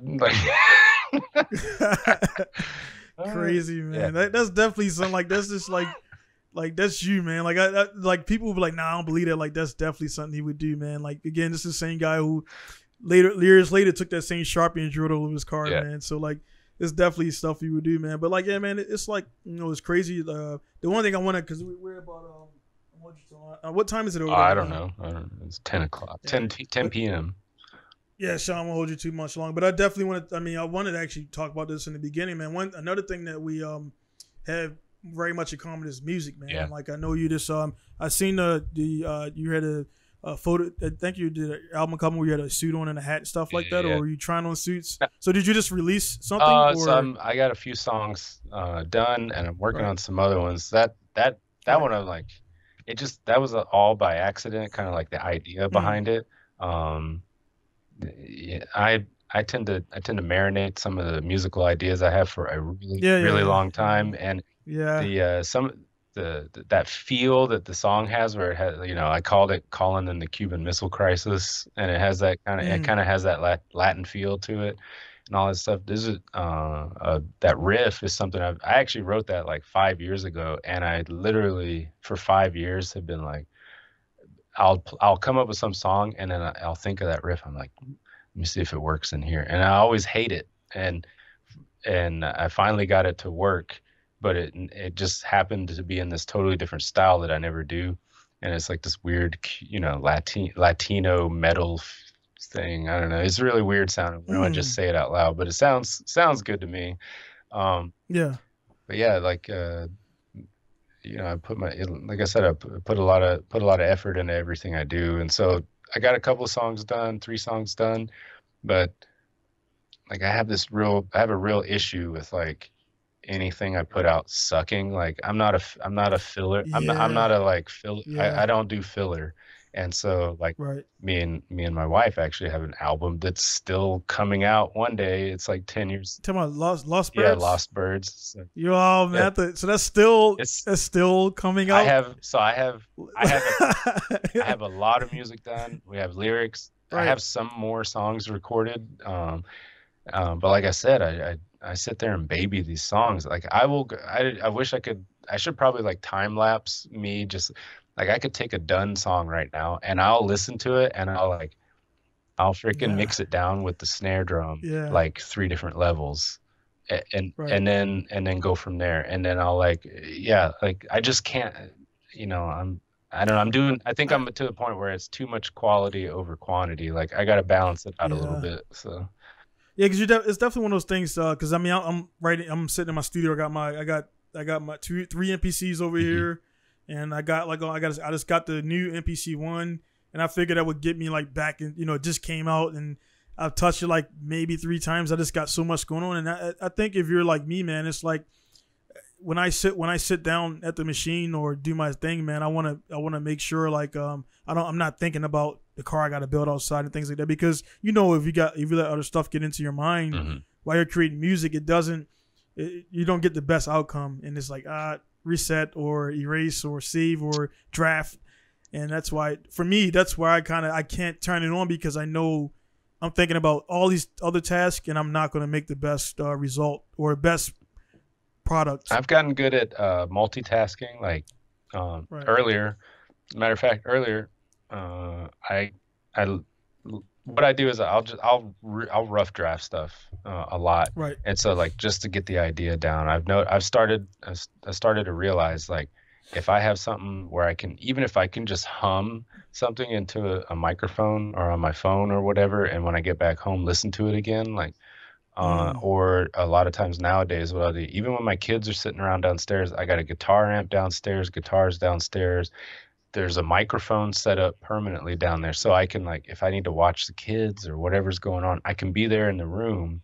And I got a laptop down there, audio interface. Like I got it upstairs and downstairs. It took a little bit to get that all set up, and get it out of the way to make it look like a home still and not like a freaking experiment. But I'll just hit record and I'll play, and usually I get something I like, and then I have it at that point. But like I sometimes even just what's going on, the ambiance of the room, like a kid's fighting or whatever. Like I don't know, maybe that plays into what I come up with. Maybe I like those frustrations. I write a lot of I'd say like a lot of the stuff I come up with is like the musical version of an alarm clock. Like it's just like the sound. It's like on the edge of being soothing, but it's not pleasing at the same time. Like you'll listen to it, but you just want it to go away. So like Mm. that dissonance and that tension, like I like that kind of stuff in my music. I really do. I think everything I write has like this air of tension. It always has that like approaching home but not quite ever getting there type feeling, like from a musical perspective, like like a chord progression supposed to go home, but I tend to write everything like you, I would call my music like you get outside the front door and you forgot your keys or something like that. Yeah, man. That's my music. You forgot the keys to the house. But that's the best thing is that's like yours, man. It's like I think right now the biggest thing, and this one thing I haven't gotten into. I'm on. Of course, I got a SoundCloud account, and I got about 100 and maybe 56 tracks, and then I had a few tracks. One thing I do more hip hop based, sample based music, and a lot of the creators block is a real thing, man. And I had guys in the industry, they'll steal all the stuff from the low guys because they got the lawyers. So I had a few tracks, no, 2 tracks lifted, and then I'm like, dude, like you could have worked with me, and he's like, nah, well we're gonna steal it and then pay the guy off and everything. And I'd contact the guy just to see. He's like, yeah, this guy is so and so, Publishers Clearinghouse, blah blah blah. I'm like, dude, that sucks, man. So like they just come. So I stopped for about 2 years putting anything online. Actually, since that time, I've only uploaded maybe 3 or 4 tracks online, man. Because I keep everything offline. So it's like one of those things where nobody's gonna hear it if it's only on your machine or on your computer. Yeah. But I do use it for YouTube and everything and stuff like that, man. So it's like it sucks, man. With the the digital age now, where you can steal anything. Even if I turn downloads off, people can still record over their computer, download it. You can't stop it, man. Once you send online, it's out there. Yep, and it is a shame. The closest I ever got to making money off music, I think strictly because of how things are now, was the reason I didn't. Whenever that car blew up, come back to the car again, right? That GTR blew up. Nissan actually contacted me and my wife, and they're like, we want to do this whole story, and we even found your music. Oh wow, you do music too. We want you to write a song for this like thing we're gonna do featuring you guys and blah blah blah. And I was like, bam, right? Yeah, I remember you told me about it. Yeah. And the first thing I did, just like you said, the first thing I did was so one of my mom's good friends, her name is Kimberly Everly, aka the Everly Brothers, famous country group from a long time ago. Well, so there's still, that family is still in the music industry, and I was like, this is the one person I know that's in the industry that I can call and ask this question. And so I did. I said, do you know anybody I can contact to represent me? Because Nissan, not like Joe Blow, Nissan is asking to use my music in some kind of motion picture thing, and they want to feature our likeness, right? Like I was like, I'm not getting dicked out of anything. And so she got us in touch with her publisher, and I called him, and he was like, all right, give me the contact. This guy was all business, 100%. He was in New York. He was like, give me their contact, give me their name, blah blah blah. And it was like headquartered in New York, the Nissan thing they wanted, and they wanted to film it in Nashville of all places. Like I could have gone home on leave and filmed this damn thing. And as soon as that dude called Nissan, I never heard from him again. They wanted, and I actually talked to him, and he was like, I started throwing out numbers. I started asking how many seconds of music they want, which part of the song did they want, the chorus or did they want the verse? Because those cost different amounts of money and blah blah blah, like all this stuff. And he said they got real sheepish all of a sudden. And so when they found out that some regular dude in the street actually knew what he was talking about, they just walked on it. Like they had much less interest in the fact that they would have to pay somebody, even a large, that's a large corporation, and they're even walking away from, like, what am I actually asking for this? They didn't even ask. Like maybe they just figure, they just, if it's any money, they're just saying never mind. Like I could have been asking for $100, $200, like something, like this is how much are you going to make off selling cars? Because people feel like they need to go to the Nissan dealership after they watch it. I mean, I don't know how to quantify that, but obviously somebody at Nissan does. And whatever it is, they're willing to pay somebody nothing whatsoever. That's how cutthroat it is for your time. You know, they don't even care how many hours you spent recording, writing, getting it right. But you got it right for us. Thank you. Right. You know, that's the thank you. That's one of those things too. With the I learned I got a guy that is on my team. Well, not team, but I got my shop. And I got a driver who's actually prior Navy. He's a Navy diver. He got out under, you know, he had some. He was. I guess when they had the accident, remember they had the accident on Yokosuka when the guys got trapped in a ship. Pretty sure you heard about that. Yeah. And he you know, his job was unfortunate, man. And some of those guys were his buddies. He had to go down there and retrieve the bodies. So a little bit after that, man, that kind of that mentally kind of broke him a little bit. I don't want to say broke, man, because I don't want to make it seem like he's handicapped, but it messed his mind up a little bit to the point where he got retired. Yeah. And you know, now he's drifting and stuff. He lives here in Japan. He was actually the dude who was on my podcast 2 episodes ago, Cadell Johnson. Okay. But anyway, man, he's on the team and everything. But I was telling him, like, hey man, like, cause he's just getting into the you know, the Pro-Am series, and I got pro license. I'm like, dude, every time you get an email, you can't be like, yeah, let's do it. Like, you gotta say, hey, what do you want? What's your responsibilities and objectives? What's my responsibilities and objectives? Ask me these questions. If they answer back, cool. Most of them don't answer back, and those are the ones I got too. Is like when you start asking questions about logistics, they like, never mind, we'll go to the next guy, because we want them to go on Instagram and waste all his time and for 10% off. Yeah, and I was one of those guys, 10%, 15% off. I'm doing all this stuff, and I get nothing out of it, man. Yeah, same thing with bikes. I thought I had a good thing going. They make you feel special. Like, oh, we want you to represent our brand. You are the one. Blah blah blah blah blah. You know, here's this log in here, you know, and get you and use this. Oh, don't give this to anybody. This code. Blah blah blah. And it's like, it's, you know, I think it might have been 25% off, and it's like, okay, but that's still, you know, you're still profiting off this, you know, so it's like, right, and I'm still paying. It's not like it's not like you know, I'm paying a little bit less than the next guy, but I'm still paying you money. And then I have that contract somewhere. Yeah, like they had a minimum number of posts on various platforms that you needed to make featuring the bike and like all that other kind of stuff. I was like, man, whatever, you know, like, it's unfortunate, man. And like one of the companies, you know, actually I won't even say their name because we still got a relationship, but it's like they were the first to bank doing that, using guys out there. So now they got, like, so now when you say you're sponsored by this company, they're a cooling company. Also, I'll give you that much. Cooling items, intercoolers, radiators. You probably know it. And then it starts with an M. So, so yeah, man. I'm like, it's like, yeah, I'm sponsored by these guys. Like, dude, you and 500,000 other dudes. It's like, it's not a big deal because they were the first to use people's Instagram. It's like, hey, we give them 10% off, 15% off. We don't got to do nothing. We don't got to pay for nothing. They're doing it for free.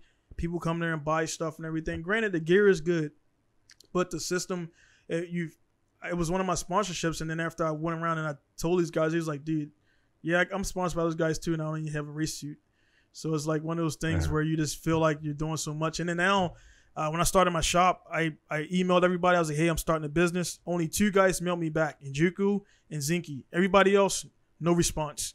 Like, screw off. We're not helping. So, you know, I talked to a few guys, and he was like, you know, yeah, man, did you sign a contract? I was like, nah. He was like, it was not a contract. It's not a sponsorship. So that's why I tell my guys, if they hit me with anything, I'm like, hey, produce a contract, they don't come back because they don't want a relationship. They just want to, you know, they want you kick stuff out. They want their name out there more. Yeah. Right. And now, well, my shop is the headliner always.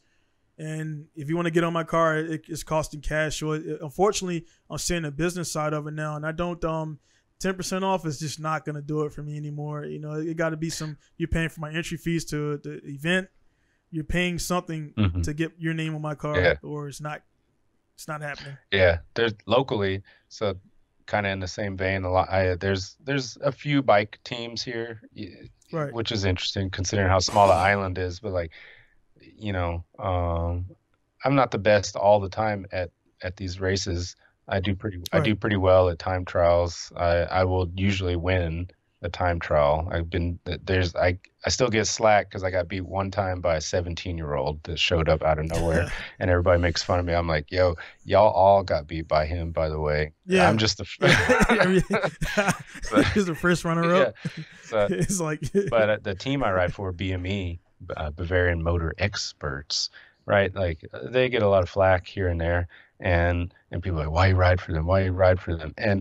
And I just tell them like, well, the guy that owns the team literally pays for these outfits. I don't pay for them. Yep. You know, I don't buy gloves. I don't buy socks. Like I don't buy bottles.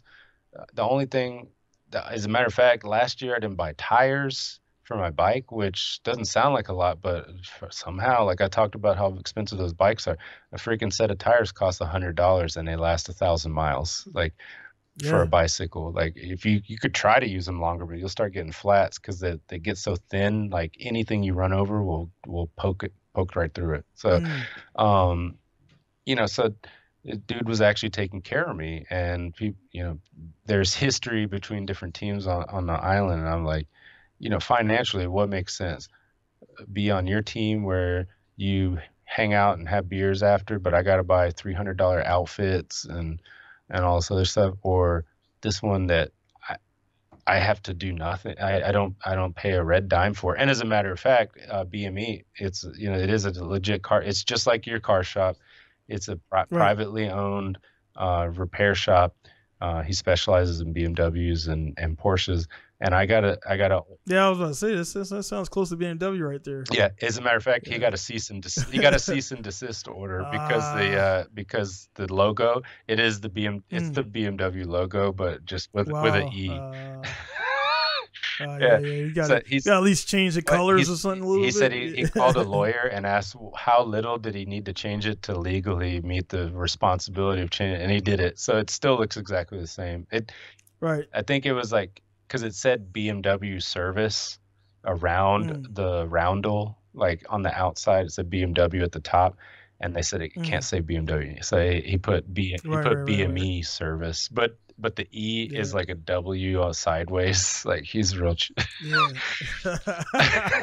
But it's like I'm still gonna do it. So, but I have a BMW station wagon. Station wagons are gangster. I don't know why everybody doesn't have one, but.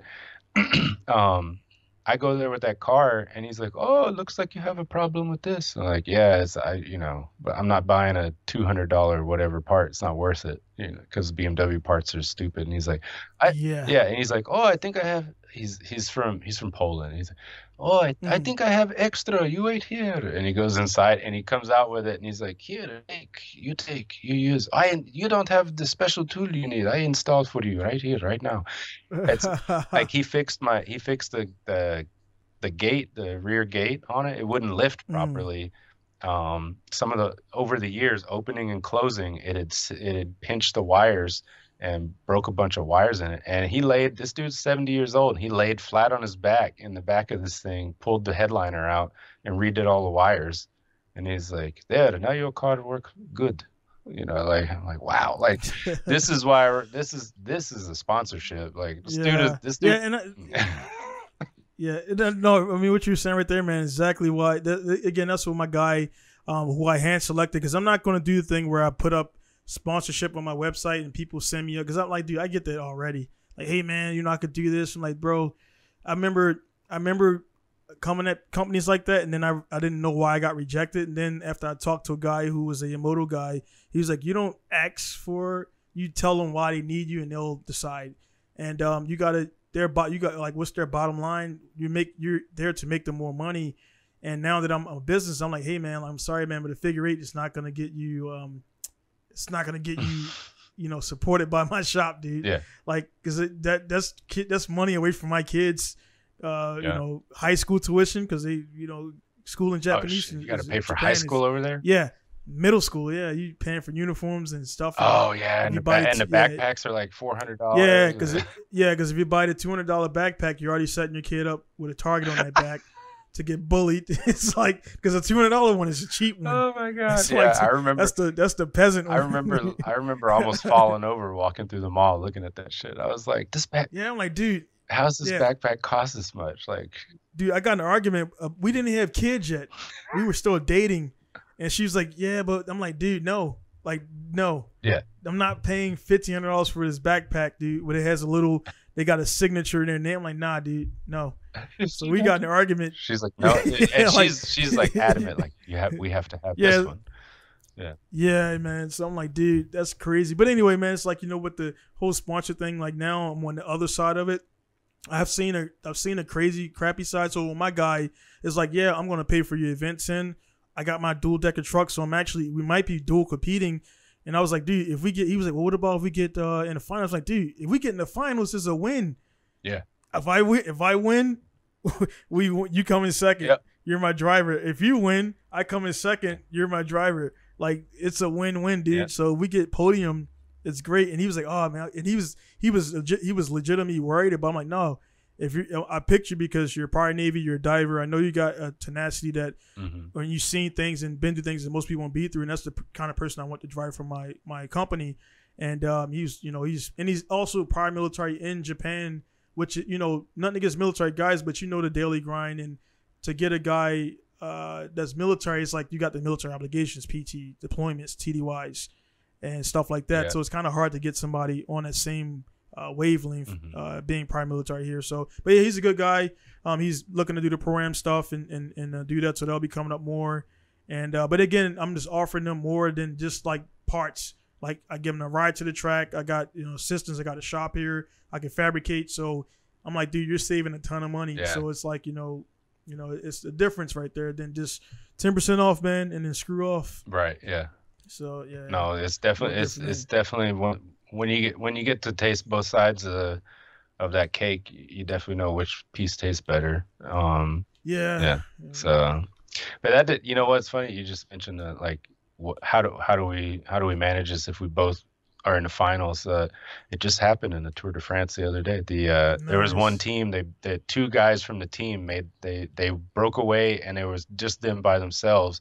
And like the last like 5 miles, you could see. Got serious. Well, no, they kept like talking to each other, and the announcers, the announcers are like, like, what do you think that conversation is right now? And hey man, so let me bang this chick, man. All right, cool. Well, and yeah, they were going through all the scenarios, like, well, this one's been in more Tour de France's, but neither of them had ever won a stage at the Tour de France, right? And so.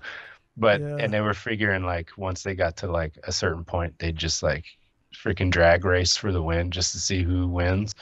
And when it came down to when they got to the line, they just like got up to each other and like put their arms around each other and just rode across the line, and they made them figure out who won in the photo finish, whose tire crossed the line first. They were just like basically hugging while they crossed the line. Because they didn't care, because they both made it. They were like, whatever. Right. And that would be like and I follow F1 a little bit, so that'd be like the Red Bull dudes holding hands. Yeah, that would never happen, dude. Oh, they hate they hate each other. Yeah. Like I'm not talking. You have to beat your teammate.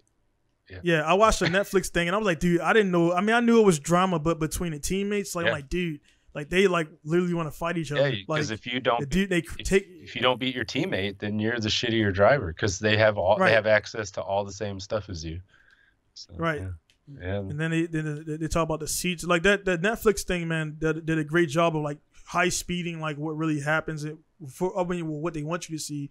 And like there's like, yeah, if the dude loses too much, and that seat becomes available for the next guy, and then they trade and stuff like that, man. So I want to get into it more, because I mean, I'm in the automotive shop, but I don't know any F1 drivers personally. I want to get Willie T Ribs on here. I mailed his team. I'm not sure if you've seen that the uppity. Did you see that yet? No, I haven't. Dude, check it, dude. Please watch it, man. Like, watch it, man. Like I was. It's one of those things you watch where it makes your blood boil from like the motivation to get places, and also from like the downright like discrimination, like just ignorance, man. And he just wanted to race cars. That's all he wanted to do. He didn't want to, but he wasn't a dude to back down, man. And he's he's the first black guy that did F1, I think the Indy 500 or something like that. And yeah, man, definitely check that out. I didn't watch it. My buddies like dude, it was, and I mailed them. It's been like 3 months. Maybe they will get to it or not, but it'll be awesome to talk to him. Man. There's somebody else you could talk to. What, I can't remember. He was in the Navy. He might have got out finally, but he was a Navy lieutenant. He's in. Oh, Jesse. He's in NASCAR. Iwuji, yeah, Jesse Iwuji. Yeah, right. We talked, and right before Corona hit, I was talking to his because Jesse's at the level now where maybe he's listening or watching it, where he's like, hey man, hit up my agent. And like the next week he hit me up direct for a Skyline. Like, dude, so you can hit me up direct for a Skyline, but I gotta talk to your agent to get me on my podcast. But no, man, I know he's I'll hit him back up and everything. But yeah, actually Jesse messaged me first. Like he was like, hey man, I see you're a black guy in Japan, blah blah blah, and dude, we talked out of the blue, man, and I was like going to ignore it, but I was like, let me see what's up, and we talked for about an hour, man, the first time. Yeah. And yeah, man, he's acting awesome, dude, man. Always positive, and so I definitely want to talk to him. His family is his mom, family come from Africa, just like your mom, and then not your mom, they come from Africa, but. Family come from there with nothing. I mean nothing, and they're like well off now. Yeah. Everybody's successful, and yeah, man. I definitely want to get his story, but he's like he's like, well, it doesn't go more than 30 minutes, so I gotta like really for his particular one, I gotta kind of like we just free talking, condense it down. Yeah. And then I also don't want to, I got to look at the other stuff. I don't want to ask the same damn questions. Like I just want to, get into it and stuff like that. But yeah, Jesse Iwuji, for the guys that don't know, he does NASCAR, and again the whole, you're mixed. I'm 100% black, I think, and it's just the luck. It's luck of the draw. It's like I don't really the whole first this, first that, blah blah blah. Man, it's like it just happened to be what it is. I don't I'm proud of who I am, but at the same time, man, I got friends from all over. The whole like classification and grouping each other, man. I don't buy into that. And people like, oh, you're a sellout. You're this, you're that. You listen to rock music and you listen to Kill Switch Engage. And I'm like, dude, so what, man? Mm-hmm. Like, what does it matter to you? Yeah. So I think it's weird. I think man. I said I'm always finding that trying to find that uncomfortable angle, and I said it to somebody like, for all the like with everything going on, Black Lives Matter and all that other kind of stuff, and it's like, well, this however many white people have discriminated against me in my life is the same number of black people that have discriminated against me for being mixed in my life. Like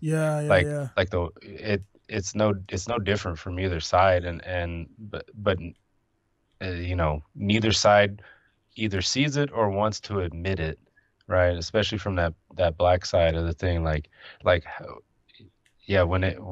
do I get blamed for being light skinned or having a white dad? And it's like I went up into the ether and was like, right there, that's where I want to be. I want to be. That's what that's the family I want to be a part of. Like obviously none of us have that choice, but I tell people all the time, like I don't take away anything or anybody's experience. I take away from anybody's experience in life, but I'm more than grateful for mine, because I think growing up the way I did, it gave me the perspective to put other things first. Right. A lot of people, as I'm finding out, their train of thought is, it almost seems like, well, is this person black? They are? Okay. Now I can continue the conversation because I'm black. I don't even, it's like, that's wild that you think like that. Like, I've never picked up the phone and like somebody calls and when they talk, I'm not like, oh, it's a white person. I never thought that in my life. Or like, or when I walk into a store and the person says, can I help you? Like, depending on what color or nationality they are, I haven't determined that their tone of voice was, oh, well, they must be condescending in nature right now because they're from this place. It's like, you make all these presumptions about people based on how you feel about a certain race, and it's like how can you make like, what pieces of wood do you buy that you're able to make such a small box? Like that's not how the world works with 7 billion people, And while, yeah, there's a lot of people that will react and think the same way, there are still 7 billion people in this world. You can guarantee you're going to get some different trains of thought on things, and ones that don't line up, and ones that are incongruent with everything else. Like, you just expecting that, well, I had a bad experience with this one guy one time, so I'm going to put everybody that I see that's white. Yeah, yeah, It's yeah. like, like, I said to somebody else, I was like, I grew up in the South, places like Hickman County. It was right outside Nashville's Hickman County. Like I said, my dad grew up in Graves County, and he told on his 50th birthday, so he turned 69. So Mm, 19 years ago, I was in Graves County with him, and he took me to the place where his mom took him for his fifth birthday. I think it was called Price's, and it's like a burger joint or something like that.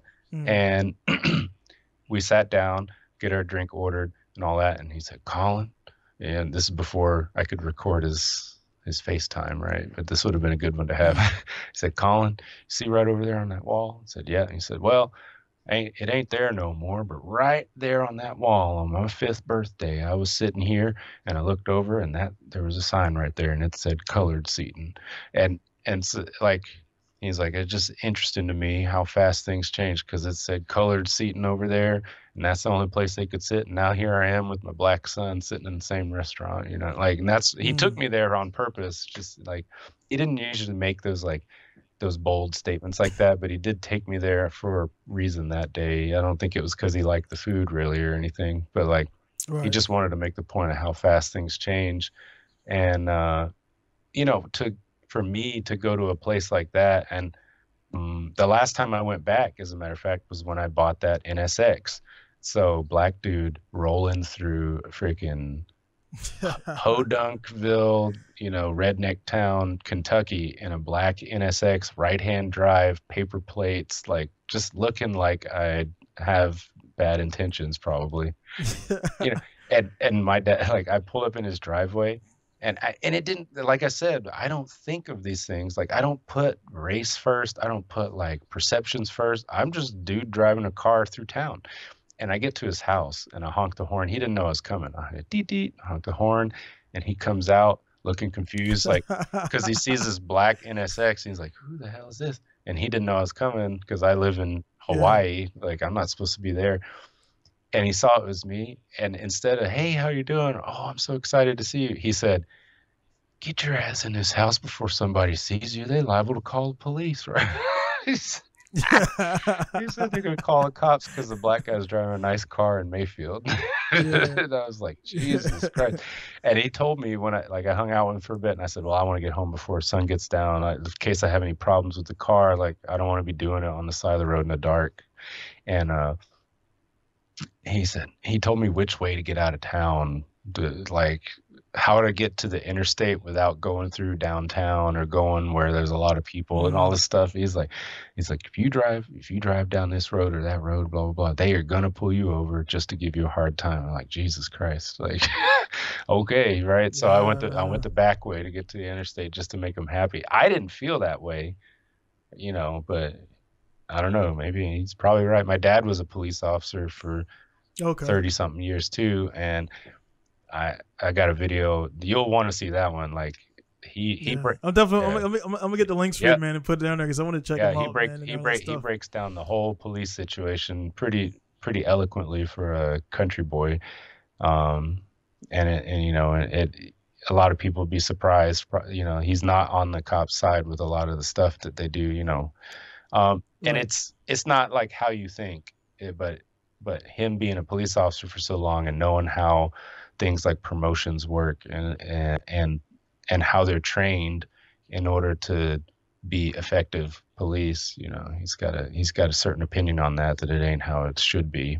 And then another get my mom and him in the room, and so he was like an armed robbery detective his whole career, and she's chief of police, and so they got that different perspective, even from within a police department.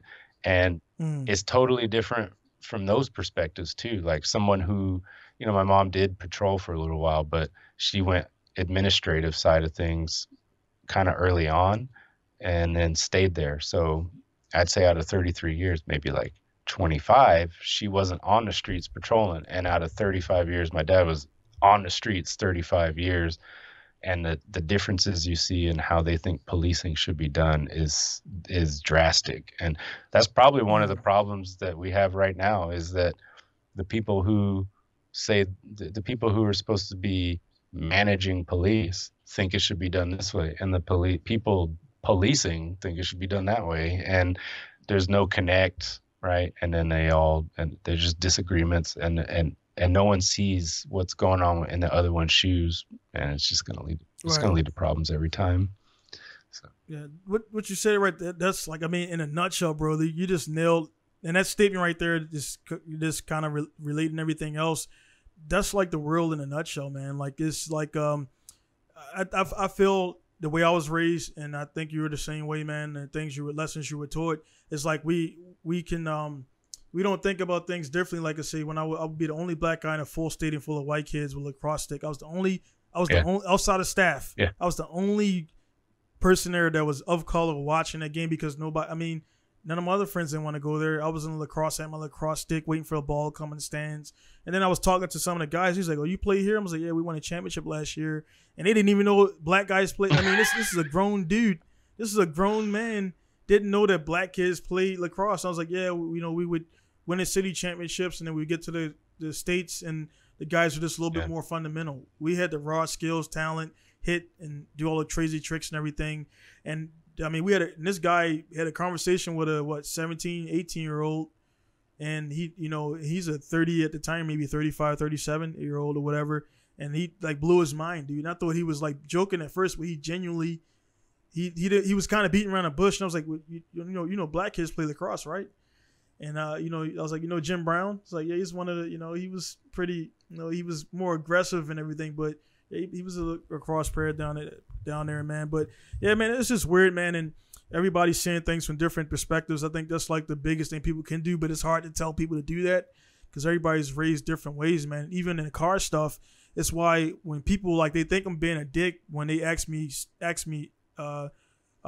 things about cars. The reason why I don't do it, number one, now is because I have a shop, and if I tell a guy, "Hey man, this is how you change your clutch," he goes and do it. Then you see Pink Style said, "Do it this way."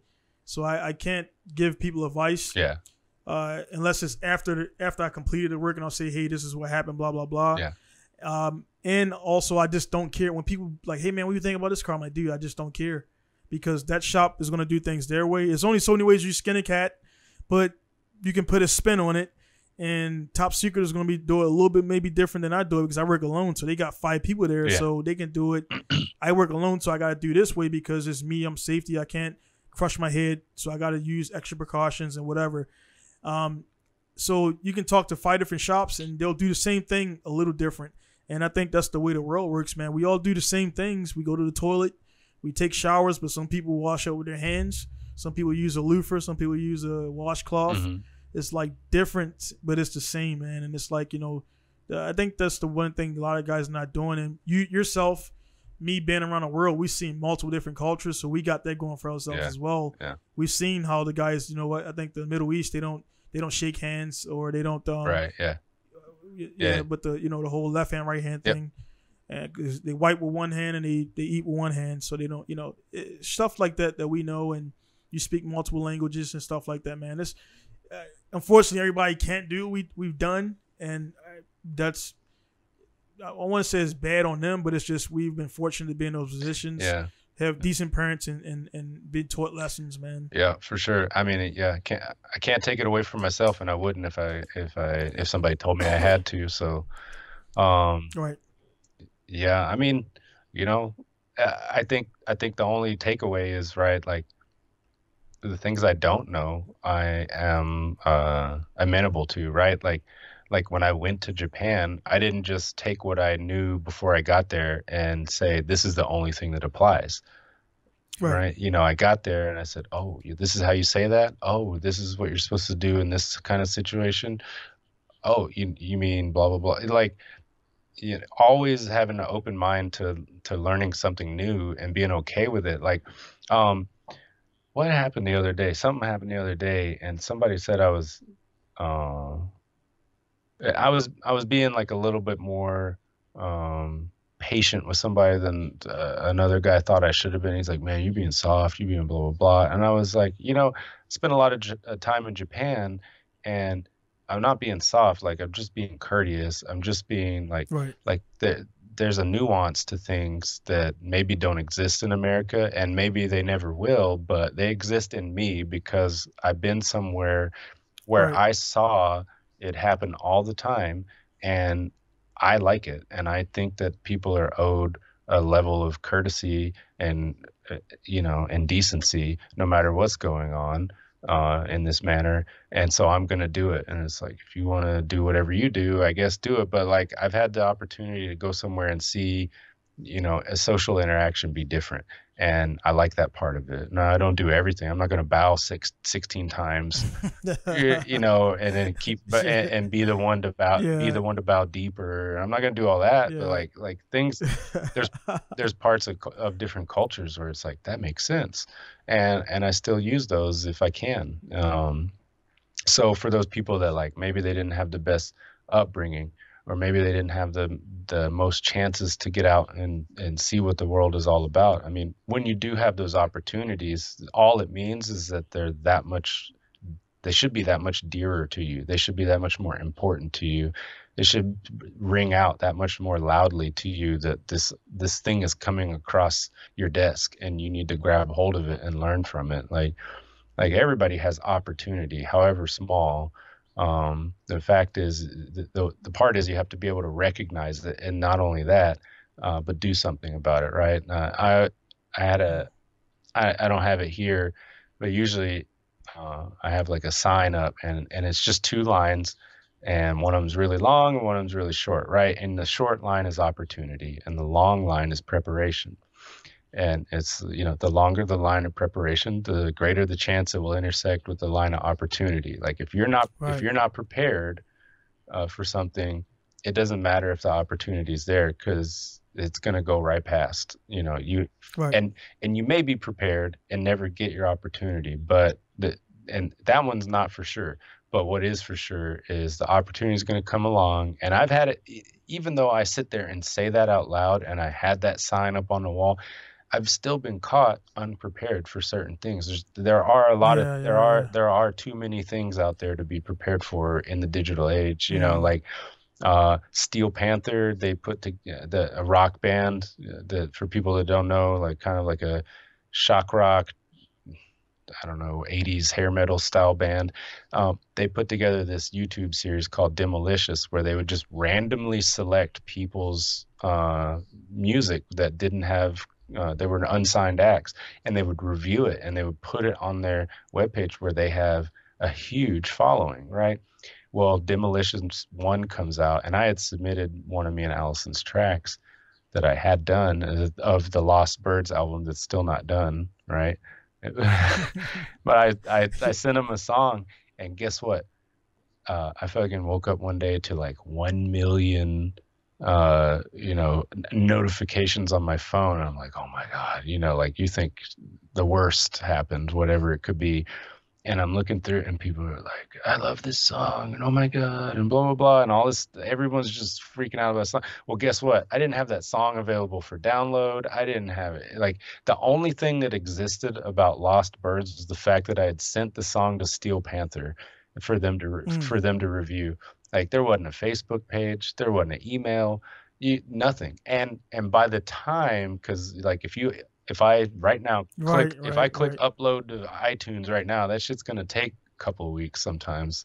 So I missed the boat. Like, if you go to that video, it's probably got 100,000 views, and I totally missed it. Like, all those views, all those downloads, all the whatever interest that I could have drummed up in that, and I totally missed the boat on it. And maybe it's for the better, because I still didn't put the album out. So yeah, man, it's crazy. It's like I guess like back in the day before the internet, they call like the 15 minutes of fame or whatever. Yeah. And now I think it's like 15 seconds now, man. Because like you just, Instagram is like they got the hot, and then like it's just. I just think, man, with this stuff, is just continue to the guys who are like, sometimes it works when they're like this, they're just like digging, But I just think if you remain yourself, like I say, for example, this is episode number 74 of the podcast. I average maybe 93 views a podcast, but I'll know, like, you know, if you don't put the bass in and you know, later on, man, it'll blow up. But like you say, just having the stuff out there, the pages there, the websites there, eventually somebody it'll spring up, and then it'll, you know, like your car. I think your car every Sharpie, 5 years. Yeah, I think it's due, man, because like the last time was 5. It's like it just pops up, and then these new dudes who never seen it before. They're the 15 or 16-year-old now, and they were babies the last time it popped up, and it just keeps like it just keeps trending. It was man. actually it just hit on JDM Car Lovers Instagram or something. Like somebody tagged me in it, and I go to it, and there's this Instagram post with like 10,000 likes. I'm like, what the fuck? Right. You know, like, well, it's gonna trend again, because I'm gonna put it in. I'm gonna tag it in the tags of this, and I'm gonna put it in the thumbnail for this for us. I'll put the car in there too. So it's definitely it's like a cool thing about that, man. The internet is weird.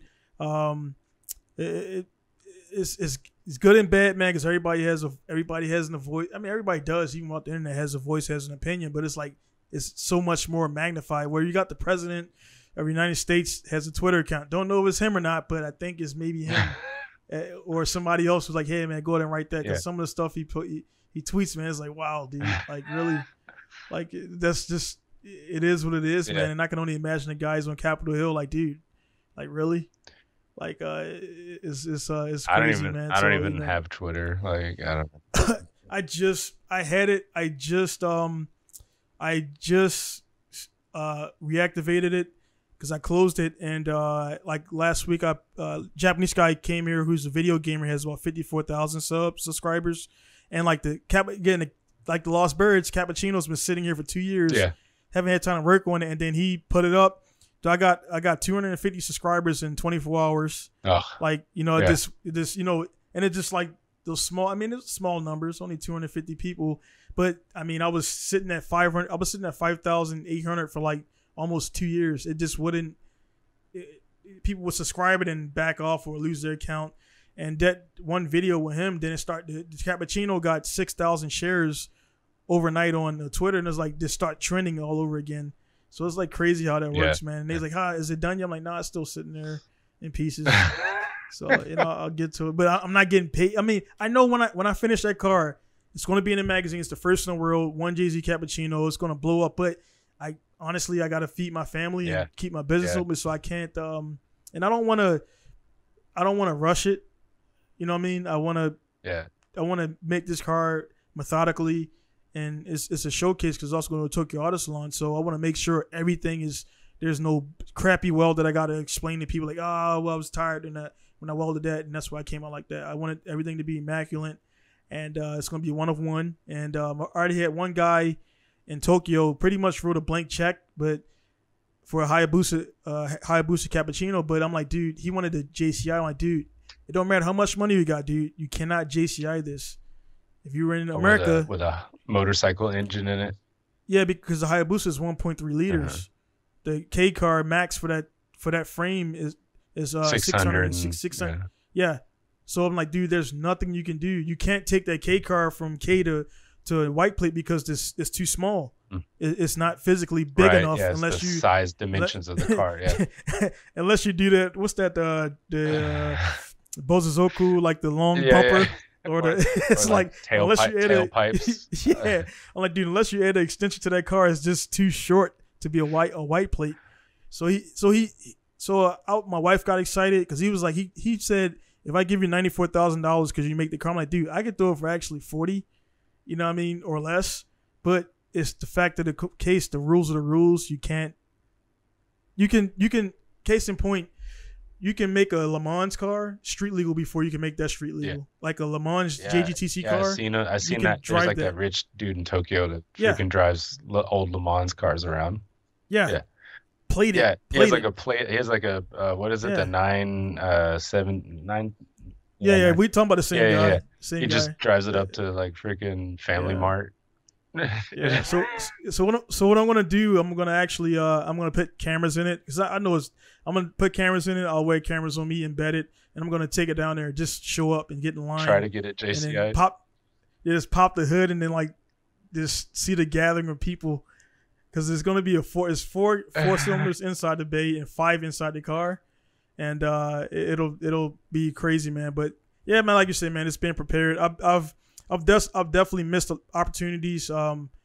As a result of growing my business, I got my pro license and I just went AWOL. I couldn't afford to compete and co-run a company, and it was like, I want to be at events, I want to do this, but it's like I'm sacrificing now, and then this is year 5 coming up, maybe year 8 I'll be able to go to Nürburgring and test cars there, and I'm willing to sacrifice that for my family, for me. And I know my plan, I know my mission. So some guys that don't, they're like, dude, man, you're not at the events, you're missing. I'm like, dude, you guys are buzzed over local events. I'm not knocking you, but I'm looking at broader things. I'm looking at competing worldwide and going where I want to go and do what I want to do. And I believe one guy told me this, I'm pretty sure it for somebody else. He was like, what he said, something like, I do something today so I can do what they can't do tomorrow, something like that. It was like some quote or some crap like that. You probably heard it before, where it's just like you sacrifice now for a later time if you're afforded to that, man. So, but hey, man, it's like this 2 hours and like 40 minutes or whatever, man. I just want to leave the floor for you, man, to say anything you want to say, or like promote anything you want to promote. And I'll definitely talk with you offline and get all your iTunes and everything, and I'll link all that stuff. See, man. I'm unprepared for that. So you got the I don't have a whole lot to like leave anybody with. I mean, just I think that the things we talked about, we hit some very poignant areas that people need to think about a little bit more, right? Like, we are all one. I think who's that says that? Pseudo Genki.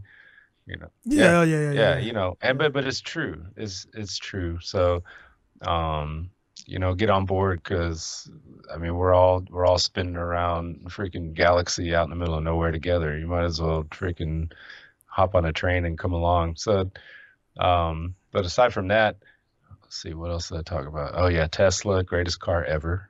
Especially if you could charge it for free. I don't know what a kilowatt hour electricity costs in Japan. It's 34 cents per kilowatt hour in Hawaii, which is I think the highest in America. But it's still cheaper than buying gas here, which is I think we're on this island a little bit over $3 a gallon, 3.20, something like that.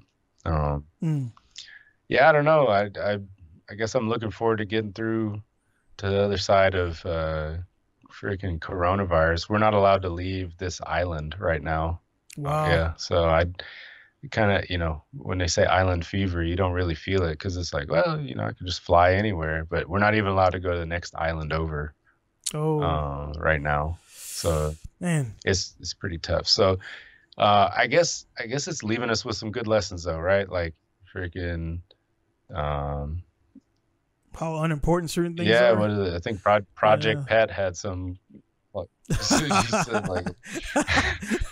said love. Man, you always quoting Project Pat, dude. You gotta smile with the good. I can't remember how it goes. Love what you got. Remember what you had. I can't remember what he says. Yeah.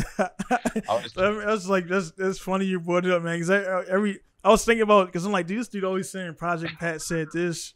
Well, Pat said this, and like I remember you made a meme or something about some dude trying to get leave, and you was like Project Pat on it's something you did with that dude. Yeah.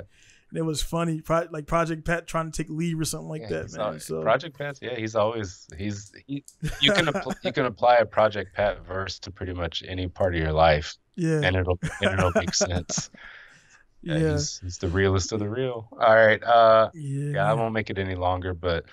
Oh, it's all good, man. But no, man, it's just like, again, this is like a lot. I mean, a lot of guys, when I hit them up to be on a podcast, they have no idea, like they think it's going to be question and answer. It's like, it flows, man. And we know each other, known each other back here in Massawa, man. So I knew it was going to be more than 30 minutes. Let's just say that. Yeah. So it's cool. I am excited to get back there too. Now my son's old enough to remember it, because my plan is to take my kids back to where they were born.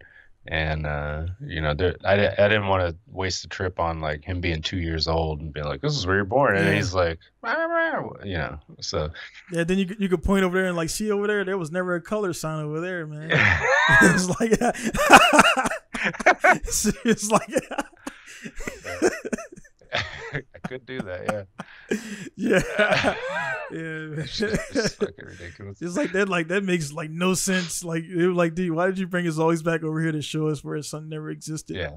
But yeah, that's pretty cool, man. Looking forward to it. But the yeah, man, it's definitely, man. I could, it's even from here, man, over the Skype, man. It's like, when we were last here, like, and you guys didn't have kids. It's like I got kids now, and it's like something, I don't know, man. When my first one came out, all the little issues and grudges that I had, I was like, man, none of this stuff matters, man. Only thing that matters is me being productive enough to get them to the point where they're productive citizens. They're 18 years old, whatever, Yeah. and that's why, that's why it's easy for me to sell my cars, which I sold last 2000 and bought it back.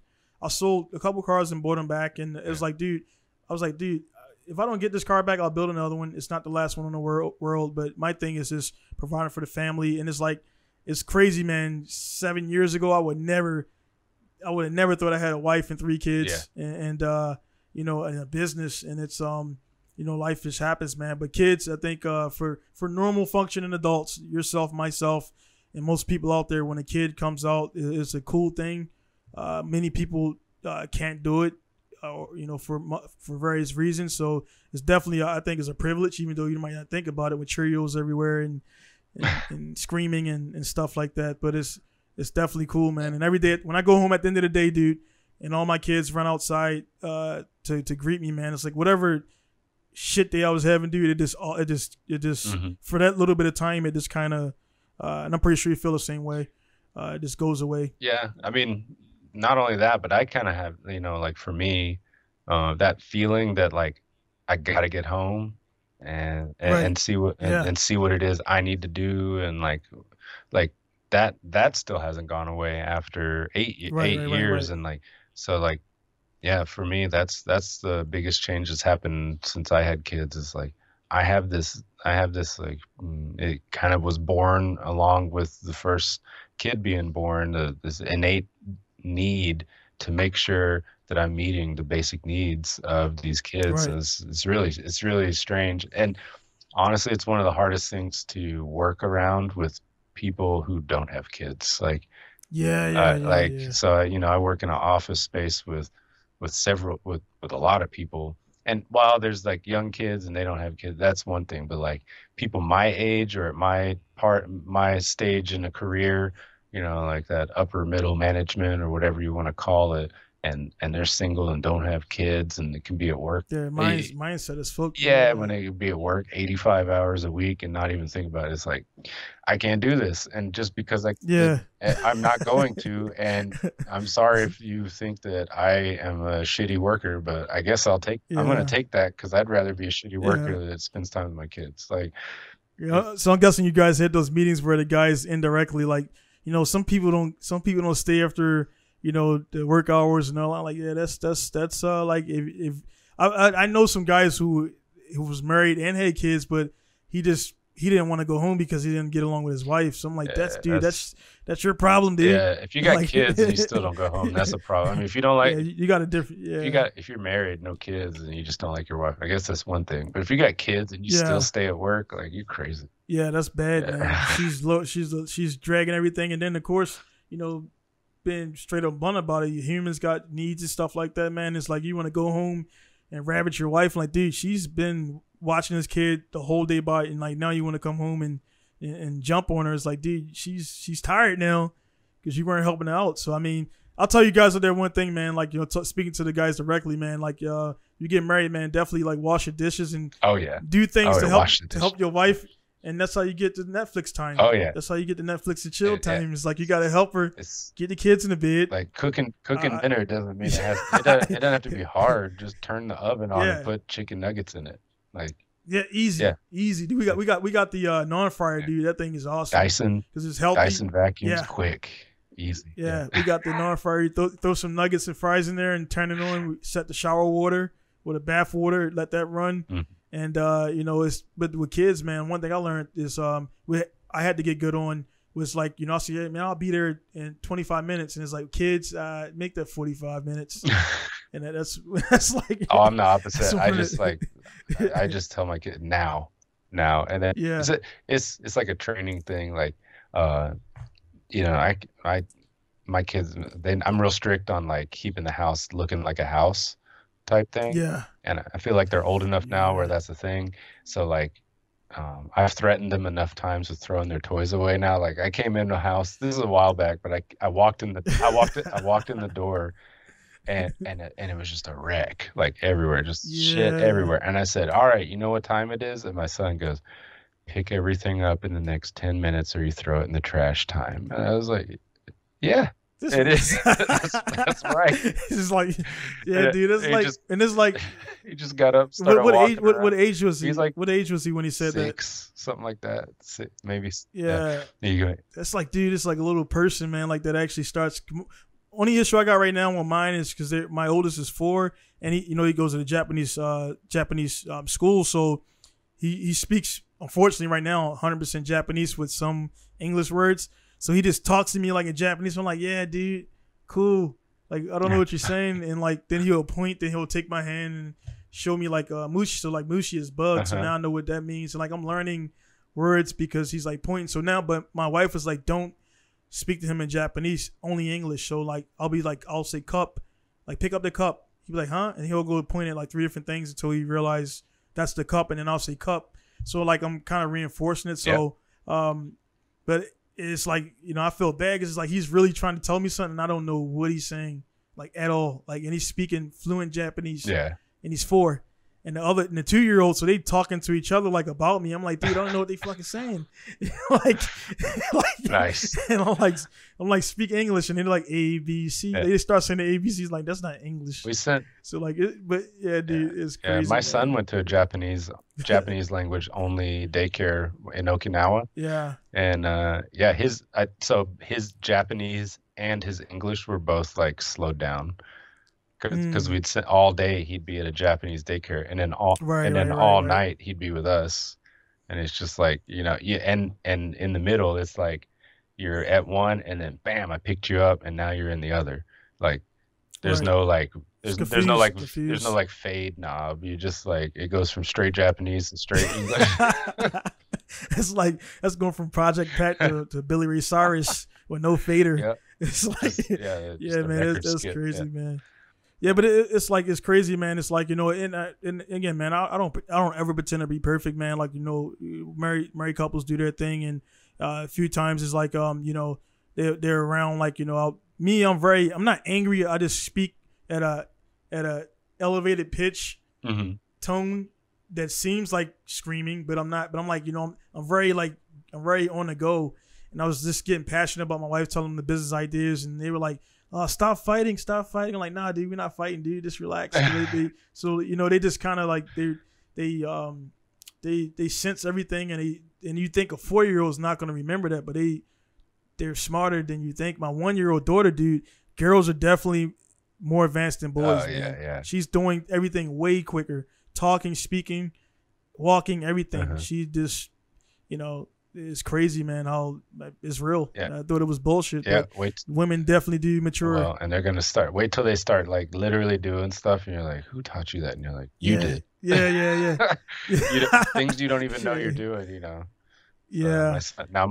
My son says like, nah, dog, like stuff like that. I'm like, who the hell, who says that? And he's like, you say that. I do not. Like, nah, I do not say nah, dog. Yeah, dude, it's crazy, man. It's like, so that's one thing I don't.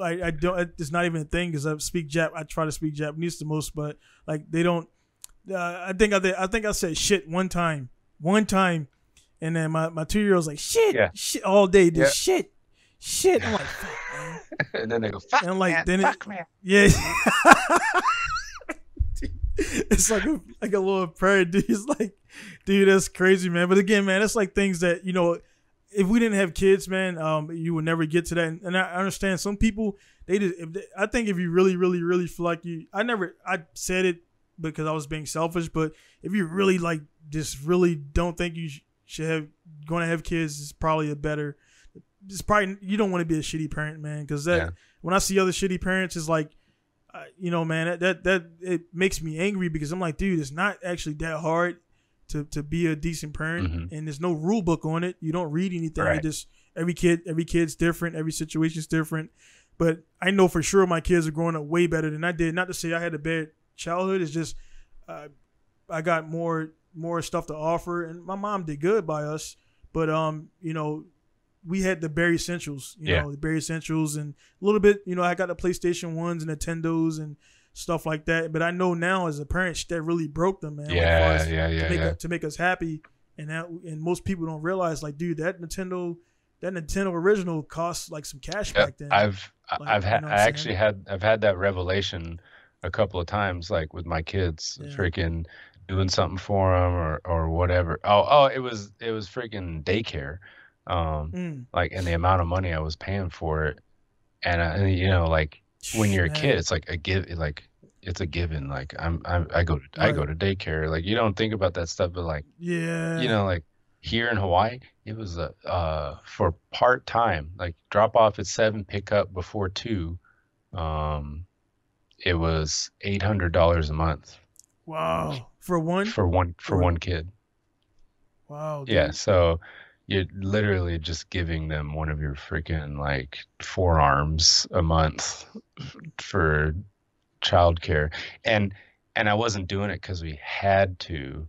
I was doing it because I'm trying to get my kids like experience with socializing and other kids, and they did have a learning program there, and get them ahead and give them that opportunity. And it's like, but you don't realize how much your parents were giving up back in the day until you start giving it up yourself. And it's like, damn, like, man, I was a total asshole about a lot of this stuff. Like, I didn't realize, you don't realize, you just like expect these things because you're a child and they're the parents. And then you finally do it yourself. You're like, man, I'm fucking such an asshole. Like, I've literally thought that I remember. about myself. Yeah, I remember telling my mom about the Fubu. Like, Fubu had came out, and Fubu was like cool for like 4 years. That dude's a billion, and then like you wear it after that, and it wasn't cool. And she buy me. I was getting stuff like that was cool 3 years ago, like now, because it was cheaper, and like I wouldn't wear it. I would wear something else or wear the same thing, and it's like it's crazy, man. And one day, she she's not ashamed of it. It's what she had to do in the city where I'm from, man. It's common for for a kid to have a cable bill and they're 2 years old because they have a blank record, blank social security number. So one time my mom got a credit card under my name, and it was like a $800 limit or whatever. She just was in a tight spot. She has a lot of pride, and she didn't want to ask for help, and she used my name. And then when I joined the military, that was one of the ones. It was like, you got this card at Capital. I'm like, dude, I never had a card at Capital One. I'm like, hey, Mom. She's like, yeah, I meant to tell you about that and everything. And I'm like, it's all good. You know what I mean? I'm like, dude, $800. I know it cost more than that in the first 2 weeks. Yeah. You know what I'm saying? Yeah. More first 2 weeks. I cost more than that to leave the hospital. And so it's like those things like that, man. Is my stepdad, who it was a rough time growing up, man, because he, being a man now and working every day and stuff like that. And I remember some of the things I said to him, and at the time, I figure like I was the one, because he would smack me around sometimes and everything, and push my mom around. They're not married anymore, but after a long day of work and stuff he had to contend with, and then I would say like something smart to him. Now I'm like, and he actually mailed me one day on Facebook like, hey man, I'm sorry for everything, out of the blue. Mm-hmm. He was like, hey man, I'm like, dude, I accept your apology, but also, thank you, man, because you were taking care of some other dude's kid for, from age 10 to like, whatever, when I left for college. Yeah. And he, that was like, he was like, hey man, thanks for that. Cause I'm like, I knew now as a man, I would come home and he would have a long day and I would say something like, don't touch me or don't do this or blah, blah, blah. And something else or whatever, man. I'm like, hey man, like you definitely put up with some shit, man. And, so he was shocked that I was like, at the same time, he's apologized to me for like kind of like being a little bit too physical at times, Mm-hmm. And he was like, but I was like, dude, my dad's cool. We didn't live together. So I know my dad, but they were not together. So it was just a split, my dad as a man and another dude's raised dude. He's getting angry about that, and then also he's married to my mom, and he never got over my mom, like never. To this day, I'm 37. He talks about my mom like they were 16. Wow. Like, hey man, how's your mom doing? And yeah man, tell her I miss her. I'm like, dude, that was 37 years ago, bro. Like, let it go, man. It's not gonna happen. She's already remarried. Yeah. You know what I'm saying? And her husband now is a Gulf War Army vet. So we definitely clicked, man. We talked about war stories, but in a nutshell, man, it's just like the cycle of life and circle of life, and we're like you say, we think we're doing something new, man. And now like music, I'll wrap up my end. Music, it's like, why do you listen to OJs? I'm like, now it's the same thing. I'm like stuck. My music stopped in like the 90s. Yeah, what I it's like I don't acknowledge anything in the past 2002. Yeah. It's like that's my personal playlist is like 90s and to 70s. It's like that's rock, rap, everything. Yeah. It's like right there. Yeah. It's crazy, man. So I'm probably a little bit like you. Like, yeah, I mean, we lived in that. We feel like we lived in that zenith, and everybody does. But I think you can also make the argument that, like, music's not as good now as it used to be. It just isn't. We did, we had our fair share of things that are very similar to the 2010s music selection, but it was more of a novelty than it was the standard back then. Yeah, I don't know. I mean, I think all the music I record it's like a product of being a child of the 90s, but I try to update it a little bit. I'm not trying to make anybody happy at this point. It's not like, I know nobody's listening to it, so it's fine, but But hey, man, like you say, man, it's like that thing where, like you said, the one shot where somebody just picks it up, man. And I've a cool thing on YouTube I see, which I haven't utilized, is you can run ads. So there's some people, it's getting kind of saturated now, but the ads or music videos, like, dude, this video is dope. I actually watched one of your videos before this, and it ran an ad. Oh, really? Yeah. Of like one of the like some music. No, one of your podcasts. Oh, really? Yeah, it made me watch it. It made me watch an ad. So maybe you're not. Maybe somebody else is stealing your money. No, that's mine. Oh, that's mine. Okay, I made a whopping $5.25 this month. So. Yeah, man, killing it, man. So, dude, like, it's like people thinking like, nah, dude, you don't make YouTube is totally. That's why I switched to podcast, because I was making all those videos. I'm like, dude, I'm running around town recording all this stuff, and I get like 30 views.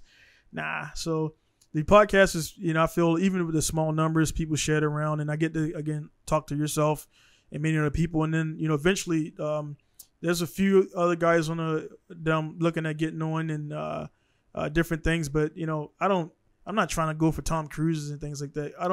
I want to talk to guys who I know have a relationship with, or people who are willing to talk without too much. Mm-hmm. Talk to my agents. I'm like, dude, your agent has an agent. I'm not going to talk to two people to get you on my podcast. You want to do it, cool. It was like literally one sentence with you, and you're like, cool, I'm down. Yeah. But the thing is, honestly, I knew it before I even asked you, man, because I know the energy. I know who's going to say no or maybe or BS me, and I know yourself and everybody else I asked you, like, yeah, man, I'm definitely down for it. So again, man, we supposed to wrap up 10 minutes ago. Oh yeah, well let's wrap up then. Sorry. So we 2:39. So yeah, man. Of course, I'll offline this. I'll get all your social media stuff, and I'll link that all down there so guys can follow you. Check you out on all your stuff out there, guys. Out there again, podcast@pequeñostar.com. If you want to be a guest on the podcast, go ahead and send your stuff to podcast@pequeñostar.com. A little bit about yourself, and then I'll get you on, man. Nobody's, you got a good story to tell, or you want to promote something.